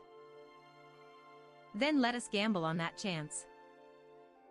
Koizumi freed a pile of printouts from the weight of notable tales, old and new, and handed it to me. I imagine the references your class's exchange student/mystery research club member brought will prove invaluable. At a glance, there were dozens of pages printed out, in color, even, from any relevant websites, and a lot of classic horror school stories were listed. These would be handy references. Still, should we really be holding Haruhi countermeasure planning committees here? She could come barreling through the door at any moment. Koizumi glanced quickly down at his phone. Never fear. I'm tracking Suzumiya's present location and activities. We have time enough before she heads this way. Did you put a GPS tracker on her? Well, the members of the agency are Suzumiya experts, so we have our ways. Naturally, nothing quite that crude. Not something to be bragging about, either. The student council members are not the only cooperators we have on campus. Should the need arise, our allies can slow her down peacefully, of course. I get it, okay? You and those countless red spheres are like Haruhi's tranquilizers. I'm long past doubting you on that front. I tossed the bundle of loose printouts onto the table. Then let's formally commence the North High 7 Wonders Planning Committee meeting. Okay, Asahina said, applauding alone. Our brigade's mascot girl club, made my personal source of comfort, could be counted on to add a touch of delight to any given moment. By the way, Asahina said, looking from one of us to the other, by wonders, do we mean scary stories? Had we used it in any other sense? I thought 7 wonders referred to historical buildings or ruins. Then what did you make of all these old stories Koizumi was talking about? That was in ancient Kyoto, right? I remember Kyoto's supposed to be a historical landmark, with many old buildings that should still be standing today. Was that how future people remembered it? Then what about the second story? I thought that was about the island from Momotaro. Putting Kyoto and Momotaro aside for the moment, sure, 7 wonders on its own could refer to the wonders of the ancient world. The Colossus of Rhodes or the Hanging Gardens of Babylon, etc. But unless I'd misheard the Mystery Club girl's demonstration of her mimicry skills, Haruhi was definitely talking about the 7 wonders of our school. I mean, this was Haruhi we were talking about, so she was liable to add of the world at some point along the way. If that happens, then our summer trip will be international, Koizumi said, with a hollow look in his eyes. Like he was trying to ballpark how much that might cost. The only ancient world wonder still standing was the pyramids, but Haruhi was perfectly capable of deciding to go dig up the ruins of the others, and even stand a chance of being successful. I'd never heard her plans for the future, but it would have been fitting in a way if she wanted to be an archaeologist one day. I would not recommend it, personally. Why not? Just imagine it. Haruhi picks up a random rock outside Giza, and it has hieroglyphs explaining the real reason for the creation of the pyramids. A historical find. Mankind would rejoice. But what if the contents were not to mankind's benefit? Like? I daren't speculate. But we must prepare for the possibility, and be ready to respond. For now, let's focus on the school's wonders. Koizumi got right down to business. What's the first school horror that comes to mind? Without really thinking about it, I said, statues of Ninomiya Kinjiro. I started flipping through the Mystery Club's printouts. Based on the data they found, stories about that rank first or second in most schools. Sounds like they're super standard. Kinjiro was famous for being so hungry for knowledge that he read books even as he walked to work, but modern hand-wringing had led to newer statues depicting him sitting down. That was irrelevant, but it did bring a different problem to mind. Does this school even have a Kinjiro statue? Not that I'm aware of. Well, if we don't, then does it have to be Kinjiro? No, but like you said, Suzumiya might consider a Ninomiya Kinjiro statue to be an essential entry on any list of 7 school wonders. In other words, if Suzumiya firmly believes one of the 7 wonders must involve a Ninomiya statue, then a statue of him will appear somewhere in North High. A weather-beaten, storied statue that looks as if it has been there since the school was built. Wish she could manifest something more useful. Like AC for the clubroom. Hypothetically speaking, what sort of uncanny phenomenon do we think she'd generate from this statue? I considered this for a moment. Kinjiro flies around in a Superman pose. Because staying in the same position all the time is exhausting, and he needs the exercise. That is certainly the sort of leap in logic Suzumiya often makes. Well said. Somehow, I don't really feel like I was praised very much. Let's consider a flying Kinjiro statue our starting point, then. The key here is to figure out how we can minimize the impact of this legend.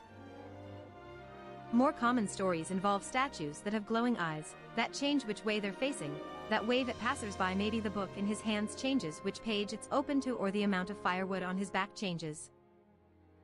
Ninomiya Takanori, still the same guy, stories are all super mundane, huh? And all entirely dismissible as a trick of the eyes.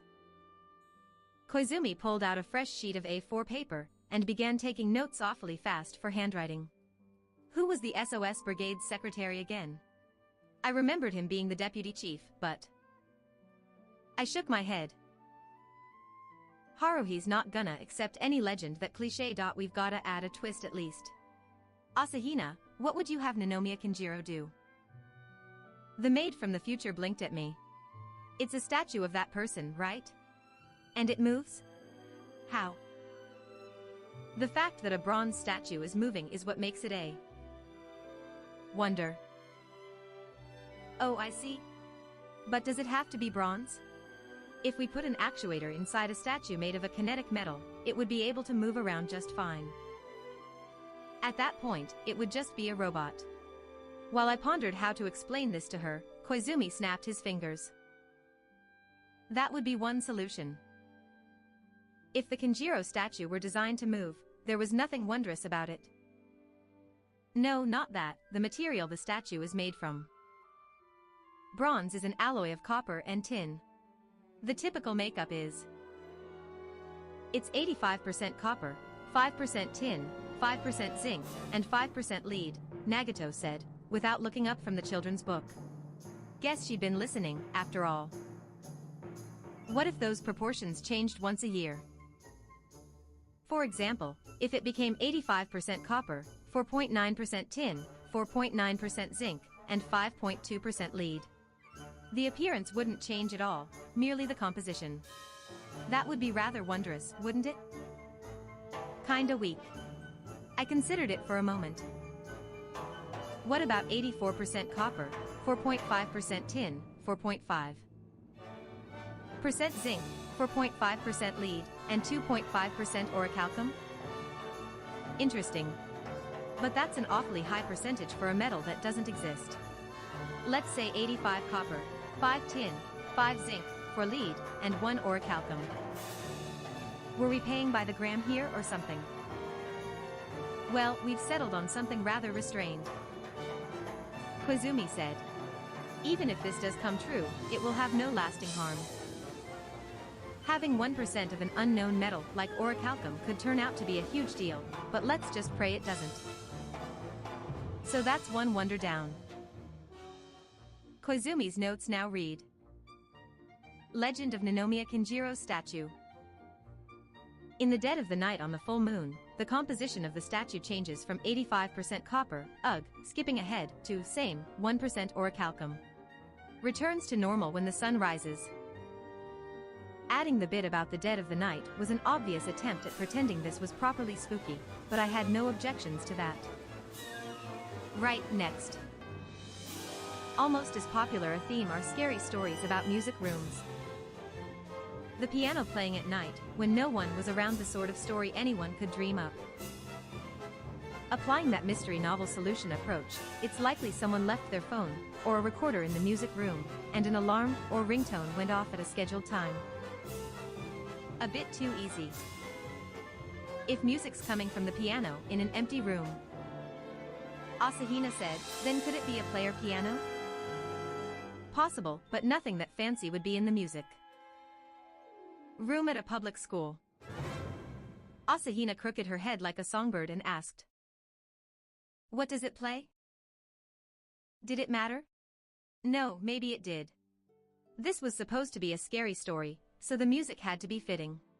Schubert's Erlkönig or Mozart's Requiem?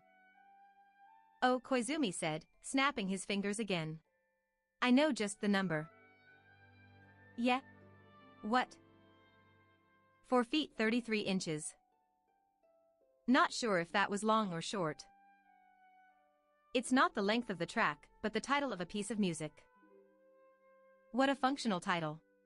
I figured it would be online somewhere, so why not pull it up? I moved to the laptop. Spoils from a face-off with the computer club intending to boot it up. Not necessary. I mean, you can't actually hear it. Koizumi said, smiling. The performer sits in front of the keyboard for 4 minutes and 33 seconds doing absolutely nothing. Less music than performance art, perhaps. Not functional so much as avant-garde. Very. Much has been written debating the question of whether it even qualifies as music, but there could be no composition better suited to a music room horror story. A soundless composition would be heard by no one even if there were a ghost to play it. What an astonishingly harmless specter. I felt almost sorry for it. Asahina, I said, on a whim, in the future, have you uncovered any scientific evidence of ghosts? She looked momentarily surprised, but then she parted her full lips as she paused for a few seconds before saying, "That's classified." Heh. Why do you seem so pleased? When I can't tell you something important, it's really upsetting. But for something like this, where it's unlikely to make a difference if it's a yes or a no, my not being able to say anything is inconsequential, so I can say that's classified with my head held high. The fact that she deemed the existence of ghosts inconsequential seemed like a solid hint toward what the answer was, but when her maid literally held her head high, it certainly emphasized her figure. I diligently averted my eyes. They found Koizumi shrugging. He was awfully hell-bent on transforming horror into everyday mystery tropes. Maybe the whole Haruhi countermeasures thing was just a good excuse, and he was actually just a total wimp when it came to ghosts and ghoulies. That would certainly explain why he was so motivated about making Haruhi's 7 Wonders something unobtrusive. He ran his pencil across the page again. Mystery of the Music Room. In the dead of the night on the new moon, the piano in the empty music room plays John Cage's 4 feet 33 inches. The music room is locked, with no way in or out. Do we need that last clause? I was hoping it would add to the mood, Koizumi said. Next, how about this? Your classic staircase horror, in which the number of stairs increases or decreases. I'd certainly heard the like before. Some even incorporated puns, where it would only happen if someone was staring at you. Staring at you on the stairs. A rhyme just about anyone could come up with. Yeah, I said, considering it. What would Haruhi do with stairs? Koizumi must have hit the same conclusion, because he jumped ahead of me and said, perhaps every staircase in the school becomes an escalator? Seriously, putting AC in every class would be way more useful. The lowest bidding construction contractor had left us with flimsy walls that provided no protection from the heat or cold, and it was nearly always the exact same temperature inside as it was outside. We should fix that problem before installing any damn escalators. We're not proposing improvements to school amenities. Our focus is simply uncanny stories. I was all in favor of turning this into a committee to steer Haruhi's weirdo powers toward manifesting stuff that actually benefited us. Nobody would be the least bit upset if AC and escalators appeared overnight. I imagined our schoolmates would be quite pleased. Koizumi shook his head at me. Now that I think about it, if the stairs were replaced with escalators, that would just be dismissed as hasty construction work. The same goes for AC. Going to such extremes actually takes us further from wonder. Let's brainstorm something a bit more mundane. The result of that storm? The staircase's secret. In the dead of the night on a crescent moon, the staircase leading to the roof of the southern building gains an extra step for 1 full hour. Whoever treads upon that stair will be briefly plagued by an ingrown toenail on their right big toe. Furthermore, and hitherto, we can't dismiss the strange and uncanny possibility that all classrooms will suddenly have air conditioning. That bit at the end was entirely my doing. The first and last sections are entirely unrelated. Also, I think your misuse of archaic conjunctions will draw unnecessary attention. Who cares? Scary stories not making sense just makes them seem more real. I don't know if we want Suzumiya to think any of this is real. Despite his grumbles, Koizumi was already leafing through more printouts. Mirror-based stories are relatively popular as well. Check one at a specific time, and see your future self, or be sucked in, and get lost forever. What mirror though? I ran through all the mirrors I could think of in the school. There's a pretty big one in the bridge connecting the central building and the gym. Let's use that. If it was raining, the baseball team would use it to check their forms. I'd seen people practice pitching in front of it. I dunno what other use the thing had. It certainly was sort of a mystery mirror. What would happen to that in the dead of the night? Koizumi started us off. first thing that comes to mind is that your reflection's actions don't match your own. Asahina? What if your reflection steps out of the mirror? A doppelganger, eh? Personally, I was sick of running across myself already, but might as well ask Nagato. Any ideas? Nagato's eyes had been locked on the children's book, but they slowly drifted upward. The person reflected in the mirror has all amino acids in their body changed from L to D. A very scientific proposal. When I said nothing, she decided further explanation was required and said, enantiomers, under her breath. I had no idea how this qualified as an uncanny phenomenon, so I simply maintained my silence, pretending to take a sip from my long-since empty mug. Asahina was definitely doing the same thing. Comrade. Oh, I see, Koizumi said with a single clap. Traitor. Same principle as the statue. Your appearance doesn't change at all, but the composition of your very flesh is mirrored. Fascinating concept. And entirely harmless. A highly sensible wonder. I didn't think sense had any business being mentioned in the same breath as wonder, but was it really harmless? Cool, let's go with that then. As Nagato went back to her reading, I could swear she whispered, "Jam," but there were no baked goods around, and our mugs certainly didn't have Russian tea in them, so I must have misheard. Oh, my opinion? I was thinking looking in the mirror would reverse your personality. Give us a Haruhi who acted like Nagato, or a Nagato who acted like Haruhi actually, just the thought makes me dizzy. Further brain stimulation would be too perilous. Let's not. How about this? Koizumi said. The bridge's backward mirror. In the dead of the night when the moon is waxing, if your entire body is reflected in the bridge's mirror, then the composition of the amino acids in your body is reversed. Also, if you perform routine 2 of the radio calisthenics, the reflection will go out of sync on the very last move. Perhaps the reflection will step out of the mirror, but probably not. Even if it did, it would vanish soon, so saith the rumors. As he scribbled this down, I asked, how many is that? 4. We need 3 more. I was getting tired. Shall we call it, then? There's only so long we can keep Suzumiya waiting. I was curious how he was keeping Haruhi at bay, but let's leave that to the professional Haruhi Minders. I was perfectly happy remaining an amateur in that regard.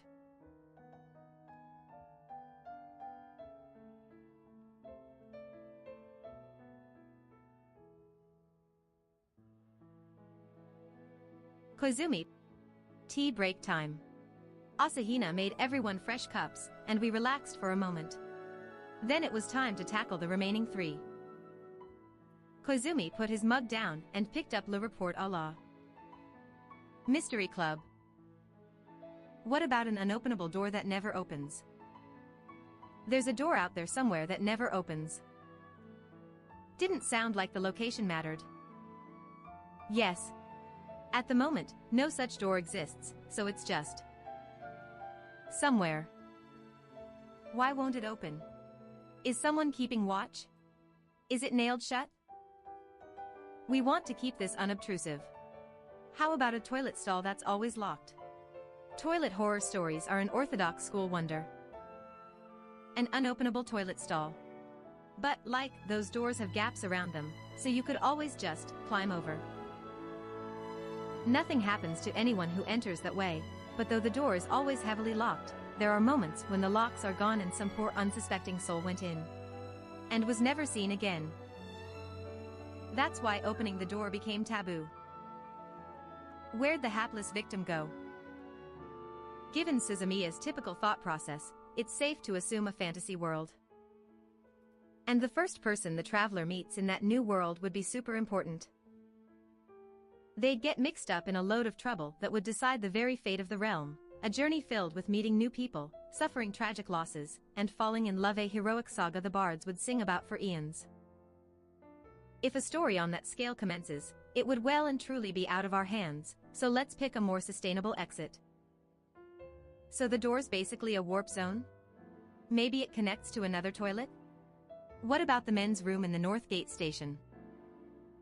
That would be a dramatic and unmistakable case of teleportation. Let's keep it closer, like the next stall over. That way we could at least argue the occupant forgot which stall they went in. Like the Bison Warp? In that case, why not just have them reappear in the same spot? Like 1 or 2 seconds later, long enough for them to have clearly vanished, but to an onlooker, it all happens in the blink of an eye. Totally wondrous from a physics standpoint. That could work, but it is a little dull. Don't be picky.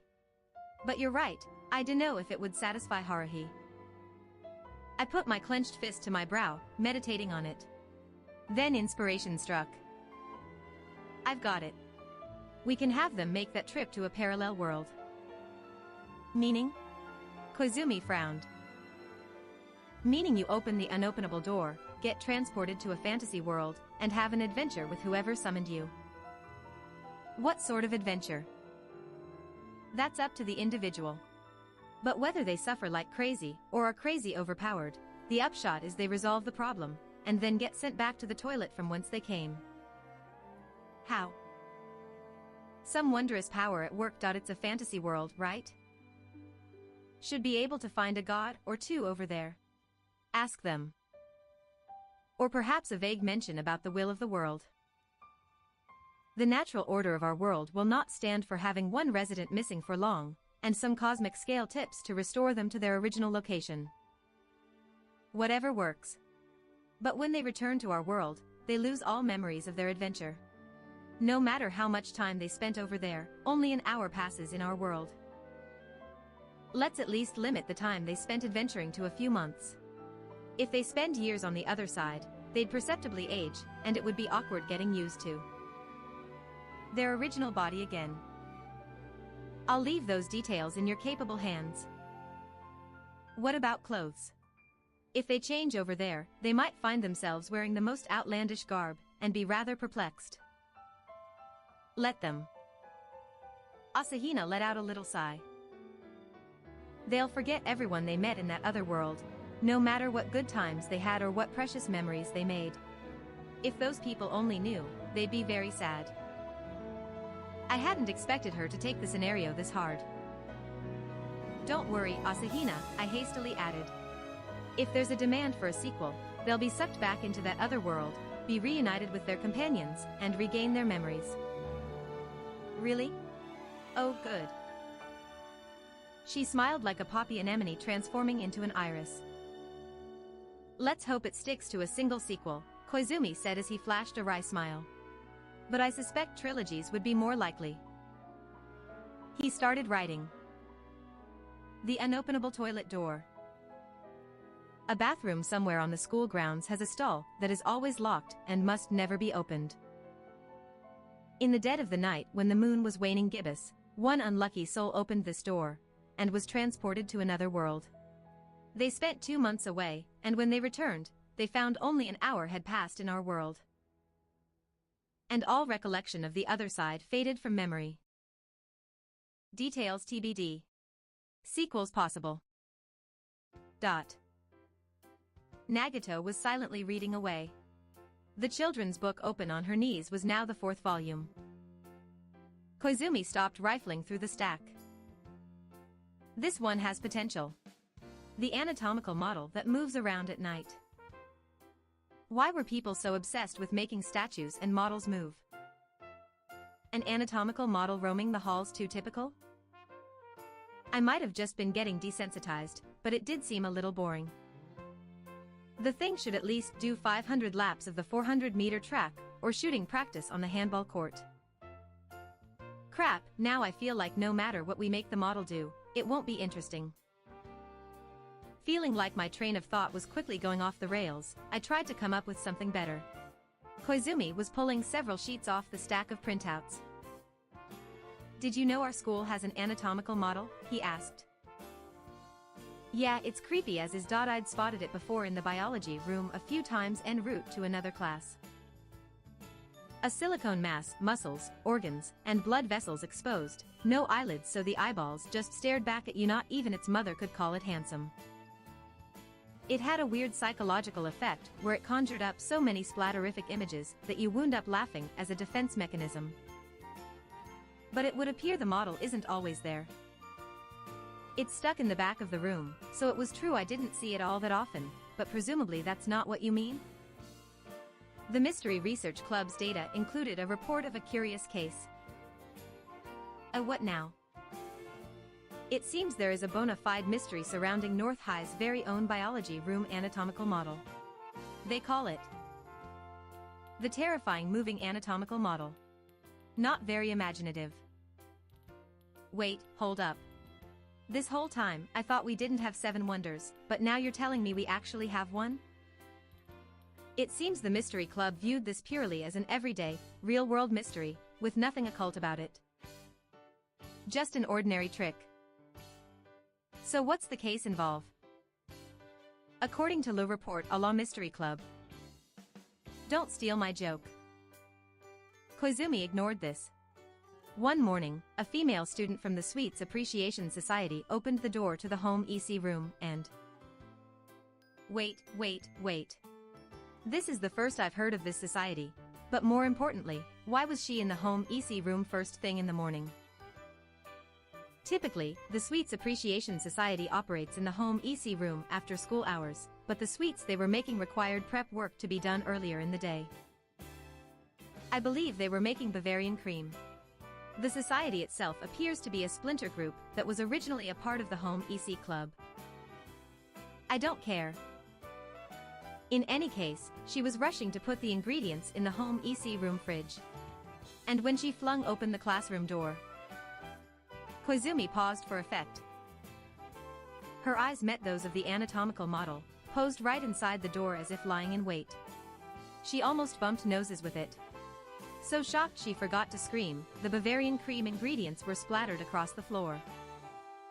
Gone to waste. That was the greatest tragedy of all, she said.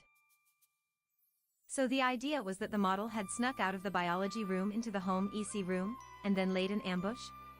That did sound like a horror story. But the story continues. The victim went directly to the faculty office, explained the situation to a teacher who'd also arrived early, and the two of them went back to the home EC room together. But once they reached the room, there was no sign of the anatomical model that had given the girl such a fright. And then they went to the biology room. That was where the model was meant to be, after all. And when they arrived, what did they find?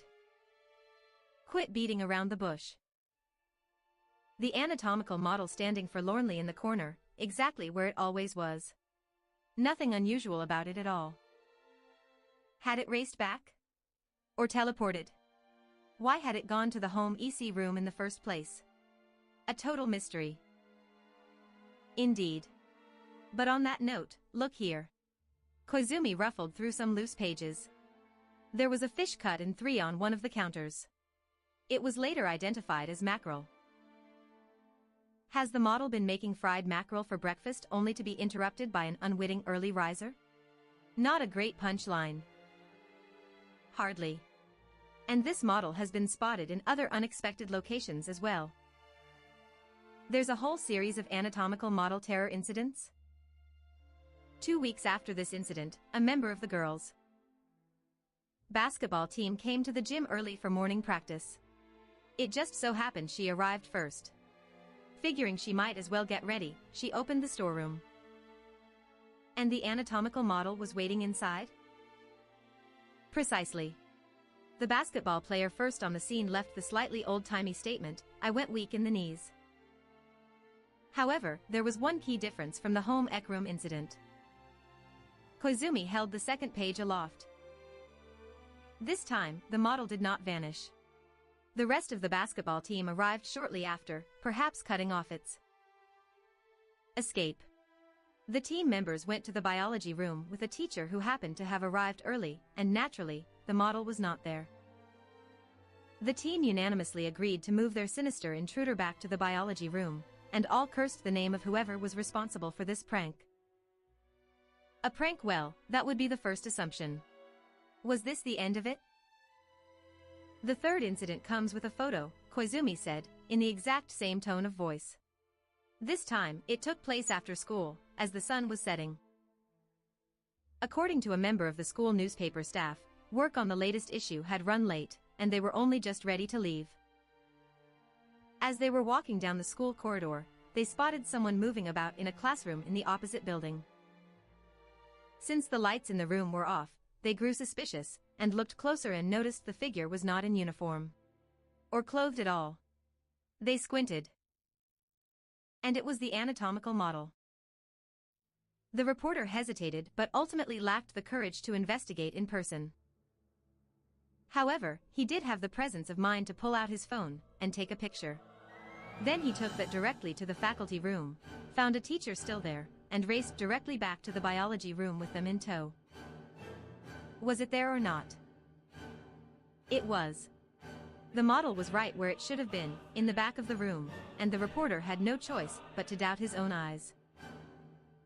It had been mere minutes since the first sighting, and their arrival at the biology room, which would mean someone he did not know who had moved the model from the classroom to the biology room, unseen, and successfully fled the scene. Koizumi slid the reporter's photo across the desk. The subject was far away, shot on a low residential camera, and blurred by shaky hands, then printed out with a cheap color. Printer. There was no way I would have guessed it was an anatomical model, without being told in advance. It seemed unlikely this could be used as hard evidence. Before I could ask, Koizumi added, the data has no record of a fourth incident. So what conclusions had the mystery club drawn from all this? Koizumi flipped the pages back over, skimming through them. Nothing written here. I get the impression they drew up the facts, but have yet to reach a solution. Huh. Well, that's strange. Which one? Quite a few things are bugging me, actually. Not just the content of the story, but the fact that the mystery club passed this enigma our way. Judging by your response just now, I'm guessing you agree. Yes, well, there's a number of key points here. Not to jump on your phrasing, but yes, the key is really jumping out at me here. The biology room, home EC room, and gym storeroom would all be locked, normally. If students needed access in the morning, whoever was the first to arrive would have to go get the key, and whoever was the last to leave in the evening would lock up before they left. None of these three stories mention whether the doors were locked, and I'm guessing you didn't just gloss over that, right? Certainly not. Then we can assume the mystery club intentionally left it out. One thing we can say for sure is that whoever was moving the model around was also in a position to open all three rooms whenever they pleased. Which narrows down the potential suspects considerably. And all three incidents mention a teacher, who just happened to be in the faculty room. Were these different people? No names are mentioned, so this is unclear. The way it's phrased, you could interpret it that way or the opposite. But if this teacher is working with the culprit, the mystery is easily resolved. That would be much simpler than having a spare key made. The other obvious revelation is that there are two anatomical models. What makes you say that? Otherwise, we'd have to admit we live in a world where teleportation is possible. In the first and third cases, the models seen by the early Sweets Appreciation Society girl to reach the home EC room and the lingering school paper reporter were not the same as the model in the biology room. No matter how fast they dashed over there, they would find it waiting for them. Meanwhile, the culprit could calmly hide the second model once the witness ran off. Hide it where? They're hardly small enough to be easily hidden. I'm not sure if this is true for the one in the biology room, but you can usually take apart those models. Disassemble it, stuff the pieces in an oversized duffel bag, maybe several. Easier if there's more than one culprit. That would make sense. Would that make the second case with the basketball team an attempt at camouflage? Did the culprits actually move the model from the biology room, using that as misdirection to disguise the fact that there were actually two models? Might be another reason, though. Namely, the home EC incident is the only anatomical terrorism incident with a perceivable motive.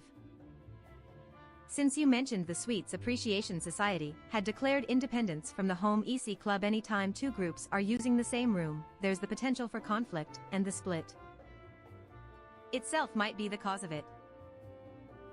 Either way, it wouldn't be at all surprising if the Home EC Club members had gotten fed up and decided to put the fear of biology into the Sweets Appreciation Society.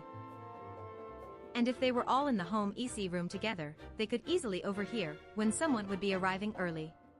But what significance does the fish have? That just served as a hint that the Home EC Club was likely responsible, so perhaps it was intended as an overt warning. That, or it was just done for meaningless shock value. Where'd they find an exact duplicate model? Probably got a used one in some online auction, or maybe they thought of this plan because they found one lying around in the first place. So the first case is the real one, the second a ruse to hide the method, and the third was done to play up the anatomical model's spooky vibe. Someone prone to believing in ghosts or ghoulies would definitely be at the front of the line for fear of moving mannequins. Perhaps the Sweets Appreciation Society girl in the first case was one of them. And the last witness, being a reporter, planned or not, scored the story a lot of credibility. No better way to ensure the whole thing ends up in print. Haha, so it started as somebody's prank, then the second and third incidents only served to enhance the supernatural aspects, and as the uproar grew bigger, the more scared everyone became. Well thought out. By the Mystery Club, that is. Koizumi's faint smile showed no doubt. I know you've picked up on it. Have I? Please. There's no dated article on the terrifying anatomical model case. No clue when this took place, but it certainly wasn't after we enrolled. No way something like this would happen without reaching Haruhi's ears. But we can safely assume this wasn't in the past, either. Why? Because that's exactly the sort of school horror story or wonder that Haruhi is looking for. Even if they classified it as a mystery that only appears like horror on the surface, if they had something like this in their files, they'd have told her about it at lunch when she asked. This is a fictional tale created by the Mystery Research Club, I concluded. Probably the work of the president, or the club seniors. Haruhi's messenger bird brought the question to them at lunch, and they wrote this up in the meantime, then sent it along to us via the same bird. Effectively a pop quiz directed right at her. And you're the one who said it was a trick, not anything occult, Koizumi. They snuck an occultish school mystery of their own creation into the pile of 7 Wonders data. How droll. When did you first realize it was fiction? The moment they failed to mention the key. If they clearly stated the rooms involved were locked, then any idiot would suspect the teacher. Once you realize that, the rest is easy to figure out. Of course, my solution might be off base, and maybe the person who recorded the details had been too lazy to take note of everyone fussing with keys. It would have broken up the flow of the story. That said, I'm impressed they concocted this so quickly. Even providing a photograph. They even invented the Sweets Appreciation Society. I doubt any such group actually exists. As for the picture, let's just make impressed noises about modern photo doctoring techniques. That leaves us with one problem. Koizumi placed a finger on his brow. If this is a challenge from the Mystery Club to Suzumiya, you've just ruined it. What do you say to that? Oh, that hadn't occurred to me. Still, my answer might not be the final truth. There could be several other twists hidden, and I got fooled by one of them. Let's hope Haruhi's wits get us through the final round. If Suzumiya asks, then you should go over your deductions once again. The terrifying moving anatomical model. For details, reference the report drawn up by the Mystery Research Club. Koizumi's notes were definitely getting lazier. I got sick of looking at his smirk and turned toward better-looking pastures. I thought she'd been awfully quiet. ZZZ. Asahina had her elbows on the table and was resting her chin on her hands, sound asleep. Nagato was now on the 6th volume of juvenile horror stories. Perhaps this was simply proof they were both bored. Now we have only one of the 7 wonders left. Why look so disappointed? Koizumi flipped through the pages. Popular school horror tropes we've yet to touch upon include dancing old books, the bust of Bach in the music room changing expressions, the Mona Lisa in the art room yawning, basketballs bouncing in an empty gym.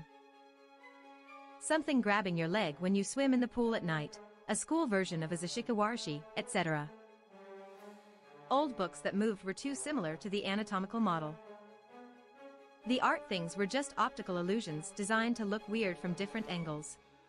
The invisible chameleon man wasn't doing anything but dribbling, and therefore too dull even with the supernatural twist. If there really was something lurking in a freshwater pool, then it was probably a kappa, and we could just bribe that classic folktale creature with some cucumbers. And that last bit about a homebound guardian spirit already described a member of our brigade. How about this, he said, grimly examining the last page of the report. Nobody knows what the 7th wonder is. If anyone finds out, they vanish. Sure you just can't be bothered to think of a 7th? I mean, dreaming up 6 was pretty hard work, so it's not like the rest of us are bursting with ideas. If nobody knows it, wouldn't that make her want to know it all the more? We were obviously referring to Haruhi. That's hardly an issue, Koizumi said. In the scale of phenomena Suzumiya has generated, wishing to know what must exist is far preferable to creating what does not. Are those two concepts that different? Consider it this way. Which impacts the world at large more? Making something never seen before? Or locating something that has been lost? Only gods and con men could do the first. Although, the possibility of a summer archaeological dig was sounding more and more plausible. And I'm worried that not leaving her at least one mystery to create herself will lead to trouble. Yeah, making sure she stayed content could be tricky. I was starting to get the hang of it, but I wasn't particularly pleased about that.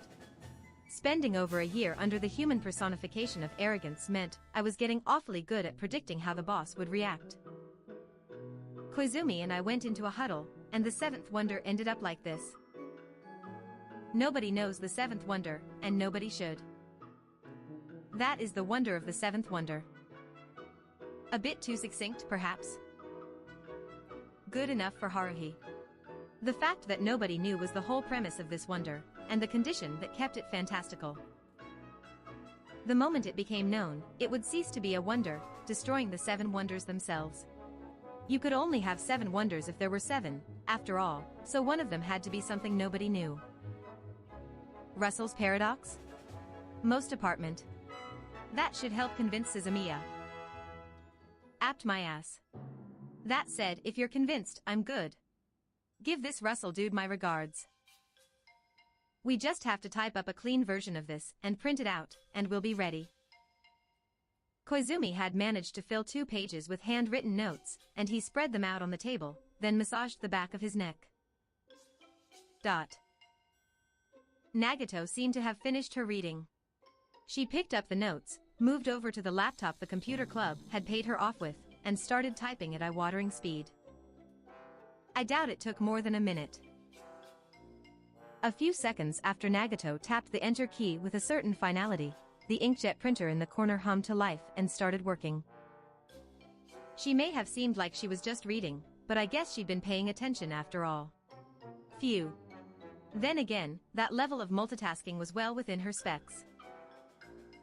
This was a far cry from Asahina, who was totally dozing, but any situation that required Asahina's help was dire indeed, so let's call that a good sign. Asahina in a maid outfit devoting herself to menial tasks around the clubroom was my barometer for world peace.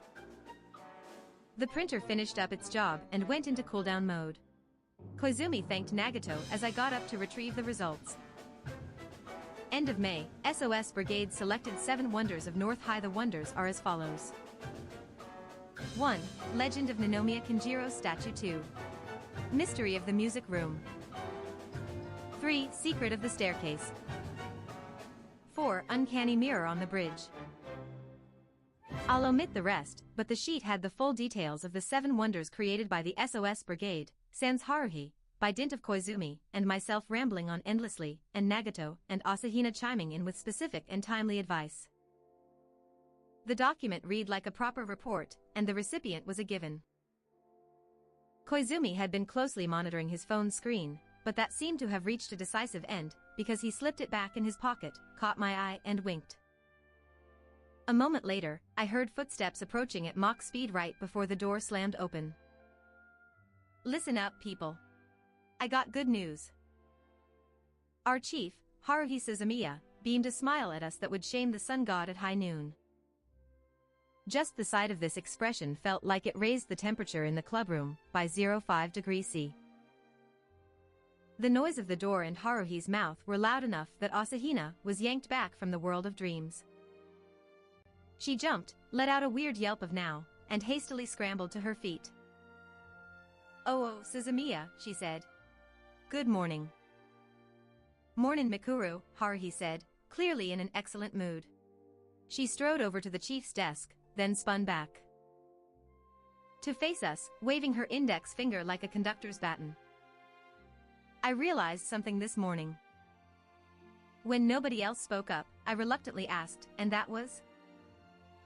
We've been busy searching for the 7 wonders of this world, but despite showing up here every day, we've never once thought to ask about the 7 wonders passed down in the halls of this very school. Are there any? Passed down, I mean. I looked into it, but apparently not. But if you think about it for a moment, this is only natural. This is a public school, and hardly boasts much of a history. But that's the good news. She was now pacing back and forth. All we have to do is make our own 7 wonders. For the benefit of all students to come. Having wonders will enrich every student's school life. What the enriching properties of spooky stories were supposed to be was anyone's guess, but I suppose they did at least add flavor to your day. Before Haruhi could say another word, I stopped her. First, there's something you should see. What? Haruhi looked around, sensing something different in the air. Nagato was frozen at the laptop, her finger still on the enter key. Asahina was holding the tray like a shield in front of her, looking nervous. Koizumi had messed up his expression selection big time, and the result was indescribably odd. I slowly reached out and picked up the printed report we'd left lying on the table. We figured you'd suggest something like that, I explained. Then I handed her the proposal the rest of us had drawn up. What's this? Haruhi glanced over it, and her expression changed instantly. She was never hard to read. She looked like she was imagining what bugs would taste like if you deep-fried them. Aha. The mystery club, huh? She'd already figured out the cause. There was no doubt that Haruhi was quick on the uptake. She glanced at notable tales, old and new, and the files of loose papers piled on the table, and she narrowed her eyes like a sleepy spectacled caiman. Guess I shouldn't have asked her, she muttered. No use regretting the choice, whatever the outcome. That girl had turned out to be far more productive than anyone could have imagined. You'd have to be Sherlock Holmes to realize an off-the-cuff question would lead to them turning over a mountain of data, and a mystery of their own devising that very afternoon. I may have underestimated the Mystery Research Club, Haruhi admitted. Then she gave each of us a glare that suggested mercy was not in the cards. But you all worked awfully fast, too. I suppose I should be proud. It's a chief's duty to praise the growth of her brigade. She didn't look all that pleased, though. Well, you sure took your time getting here. What have you been up to? I thought the principal might know some old stories. Haruhi grumbled. I went to pick his brain, and somehow, we ended up playing shogi, and my king ended up chasing his around the board all the way to the far edge. Entering king. That would take a while. I shot Koizumi a sidelong glance, and he had an innocent smile plastered on his face. Cooperators beyond the student council, huh? Guess that included the principal. I guess I should have just had tea and a rice cracker before coming right to the clubroom. Damn it. Haruhi couldn't find a proper target to vent her frustration on. You didn't often see her at such a loss. She curled her lips this way and that, like they were fighting to keep words from spilling out. What is it? Bottling it up isn't good for you. Arg, she yelled. If she'd been alone, she probably would have stamped her feet. You all had fun without me. She was waving her hands all over now. I wanted to be part of this. Go on, let it out. I was thoroughly enjoying this. So we going with these 7 wonders or what? I mean, your brigade did handcraft them just for you, putting ye old 3 heads, plus 1, together, pooling all the inspiration, imagination, and innovation we could muster. Okay, fine, Haruhi said, sighing through pursed lips. She had come to terms with the situation, but only just. Come to think of it, I think this was the first time we'd so thoroughly gotten the jump on her. Normally, Haruhi just blurted stuff out, and we were all dragged along in her wake, hastily trying to resolve whatever phenomenon she caused, so it wasn't often we got to preempt that. Perhaps this would be an effective strategy going forward. Predict what schemes Haruhi might concoct next, then make sure we were ready. The moment she blew the kickoff whistle, we'd be ready to call no side and bring it to an immediate close. I wasn't sure if it would make a noticeable impact on our workload, but having several strategies ready was the foundation of any war planning. All that being said, we'll have to proceed with caution, since there's always a chance that we could get outplayed despite our best intentions and end up exacerbating the chaos. I've got some gripes though. What's this crap about? Ninomiya Kinjiro? We don't have a statue of him here. I am shocked to hear such a pragmatic concern from you. Excuse me while I shed a tear. Huh? Don't be stupid. Just because she'd approved of the list in principle didn't mean Haruhi was so amenable that she'd leave the specifics unchallenged. She flicked the printout of our 7 wonders with one finger, giving her take on each. A ghost playing 4 feet 33 inches. We've got a band room too, with all the wind instruments you could want. Instead of just a piano, let's add a bunch more instruments, and go with the orchestral version. That'll liven things up. Should be more fun for the ghosts. A full wind orchestra playing a silent piece of music. And all performers were ghosts. That certainly sounded a lot less lonely. Apparently, Haruhi had something against ghost stories that were sad. Haruhi was quickly working her way through the 3rd entry. Air conditioners in classrooms? That's just wishful thinking. Can we make it happen? I certainly can't. I guess I can mention it to the principal next time I see him. Let's call that a faint ray of hope. I was wondering about this mirror myself, Haruhi said. She considered Nagato's proposal. If we ended up with amino acids, wouldn't that prevent us from absorbing protein? I suppose that would speed diets up. If word about this mirror gets out to the overeaters, it'll have clients lining up. It ought to charge 100 yen each and make a killing. But we wouldn't want it being too effective, so let's put a generous time limit on the effect, like, say, 48 hours. I thought she'd be interested in the trip to a fantasy world, but instead. What's this about sequels? Anyone who doesn't have the guts to do their best with the first go-around doesn't get to have a series. And you're giving these people way too much plot armor. The basic idea is fine, but you can come up with a better story than this. Certainly, Koizumi said, his smile so strained that I thought he was gonna pull a cheek muscle. You could see both strained rage and strained joy. There should be a better way to explain this. If only stretch and stroy were real words. As for the 6th wonder, the Mystery Club did it, she declared immediately.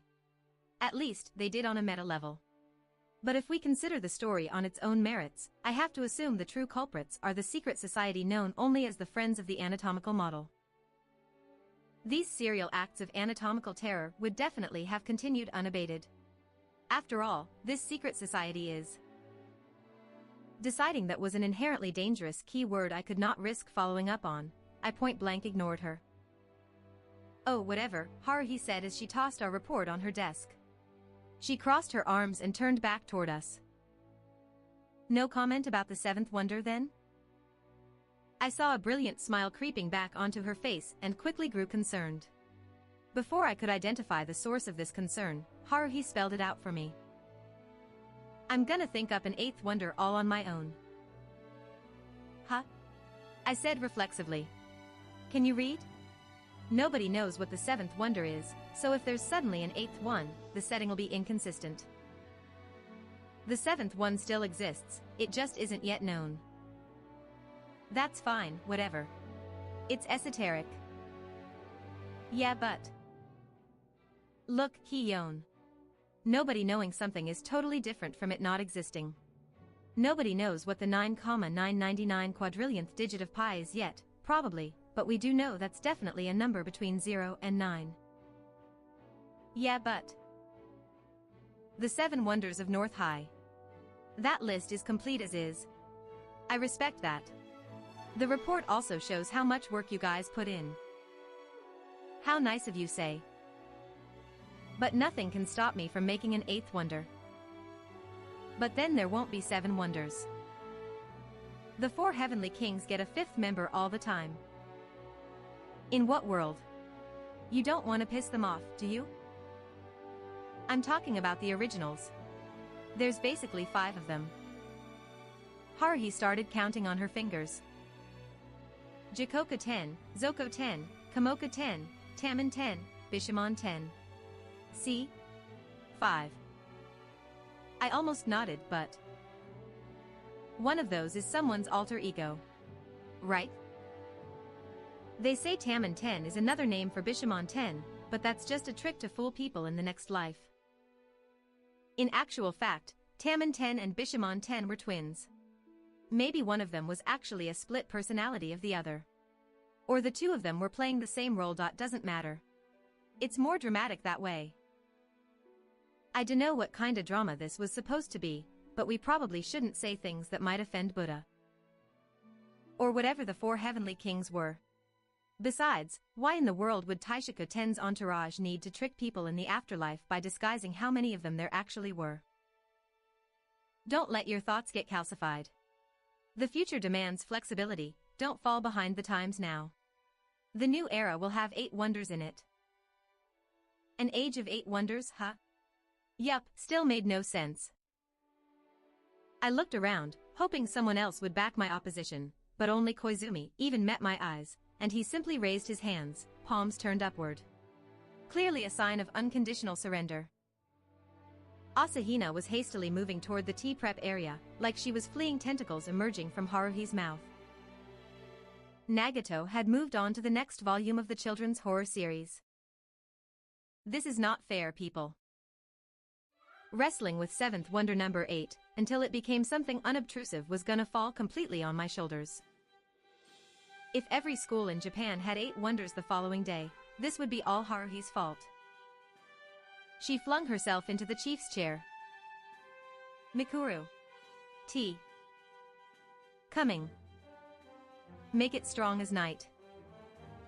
How about a hot double helping of plum kelp tea? Asahina said, happily scurrying about her task.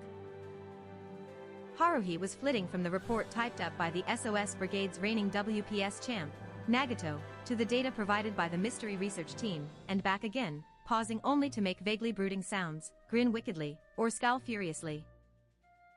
Best not to interfere. I returned to my own folding chair, and Koizumi leaned in to whisper something to me. We keeping secrets now? I don't mind saying it louder, but, he murmured. There is one thing I've been wondering about beyond the 7 wonders. He paused for effect. Namely, why you object to addressing that girl from the mystery club with a nickname. No reason. Really? What's your point? Suzumiya has had a nickname for you this whole time. In other words, this signifies your disposition. I dunno what you mean. That girl calls Suzumiya Haru, right? Rather like how you... Okay, don't finish that thought. Regularly call Suzumiya by her given name. No titles or honorifics. I need a way to shut him up. Right now. A given name sans honorifics is undeniably a sign of affection, but not quite on the same level as a nickname. However, you have no nickname for Suzumiya, so you're reluctant to address any other women by a nickname instead, correct? Perhaps you aren't consciously aware of that fact, but if you are, then it's a deliberate choice. I had no response to that. I have no opinion on whether calling someone by their name alone is any more or less intimate than a nickname, or whether you can read much into their relationship without more information. Even if you did, you don't have to share it. Suzumiya has called you by a nickname from the get-go, so I hardly think it would be inappropriate for you to call her Haru. Try to imagine yourself calling her that. I did. Huge mistake. Walked right into his web of crafty words. Before I could stop myself, my imagination was already spooling out that scenario, guesstimating Haruhi's reaction and expression. I felt sick. Seeing me turn pale, Koizumi let out what can only be described as a snicker and said, "Pace yourself." I dunno if that was a warning or a portent, or merely a considerate word, but he left me with that, grabbed the pages he'd been taking notes on, and began brainstorming more details for the Fifth Wonder's fantasy setting. How many submissions would it take before Haruhi's standards were met? I need a favor from you. Come up with an amusing nickname for Haruhi. If I find one I like, I might consider calling her that. Address it to North High Literature Club, attention the SOS Brigade. I will announce the results at a later date. With no one to talk to, I looked around and flipped over the top card of the deck from the abandoned Bozumakuri game. Though indeed I love, yet the rumor of my love had gone far and wide, when no man, ere then, could know that I had begun to love. I'd been hoping these would work like a tarot deck, and give me a sign related to my current state of mind, but this was clearly unrelated. I'd have to try another. Would that this, our world, might be ever as it is. What a lovely scene. See that fisherwoman's boat, rope drawn, towed along the beach. I started to reach for a third, then thought better of it. Drawing fortunes until you got one you liked wasn't very sensible. And since the cards failed to include a modern translation, I wasn't even really sure what they were saying. I'd have to remind Koizumi to restrict the games he brought to ones we could play, without needing a whole lesson first. Didn't matter if they were foreign or domestic. And that thought reminded me of something. Right. I'd better pass that on. The Mystery Club had asked Nagato for a submission. Nagato was in the Literature Club. So technically that might not concern us, but it had been Haruhi who'd headed up our magazine project. Yo Haruhi. What, Kiyon? She raised an eyebrow over the brim of her double serving of plum kelp tea. No clue when she'd moved, but Nagato was back on her chair in the corner, wrapped in silence, reading once more. Having apparently polished off the entire series of children's horror stories, she'd taken up her massive dictionary again. Asahina was boiling more water, hemming and hawing over what tea to brew next. She had a tea canister in each hand. Koizumi was prodding his brow with the butt of his mechanical pencil, muttering ideas for the fantasy world under his breath. Not his usual vibe at all, and honestly a bit creepy. Haruhi was in her usual seat, radiating burning passion, like she was trying to remind the air in the room what temperature it should be. The Mystery Club wanted a favor from Nagato. Oh? What sort of favor? Spring was slipping by, and crouched beyond this season of new green growth were dazzling sunshine and tropical temperatures. The SOS Brigade truly was as it ever was. Suria's challenge. This is a recent development, but lately, after school, in a corner of the North High Literature Club, I've heard a number of worrying conversations. Lots of ominous phrases, like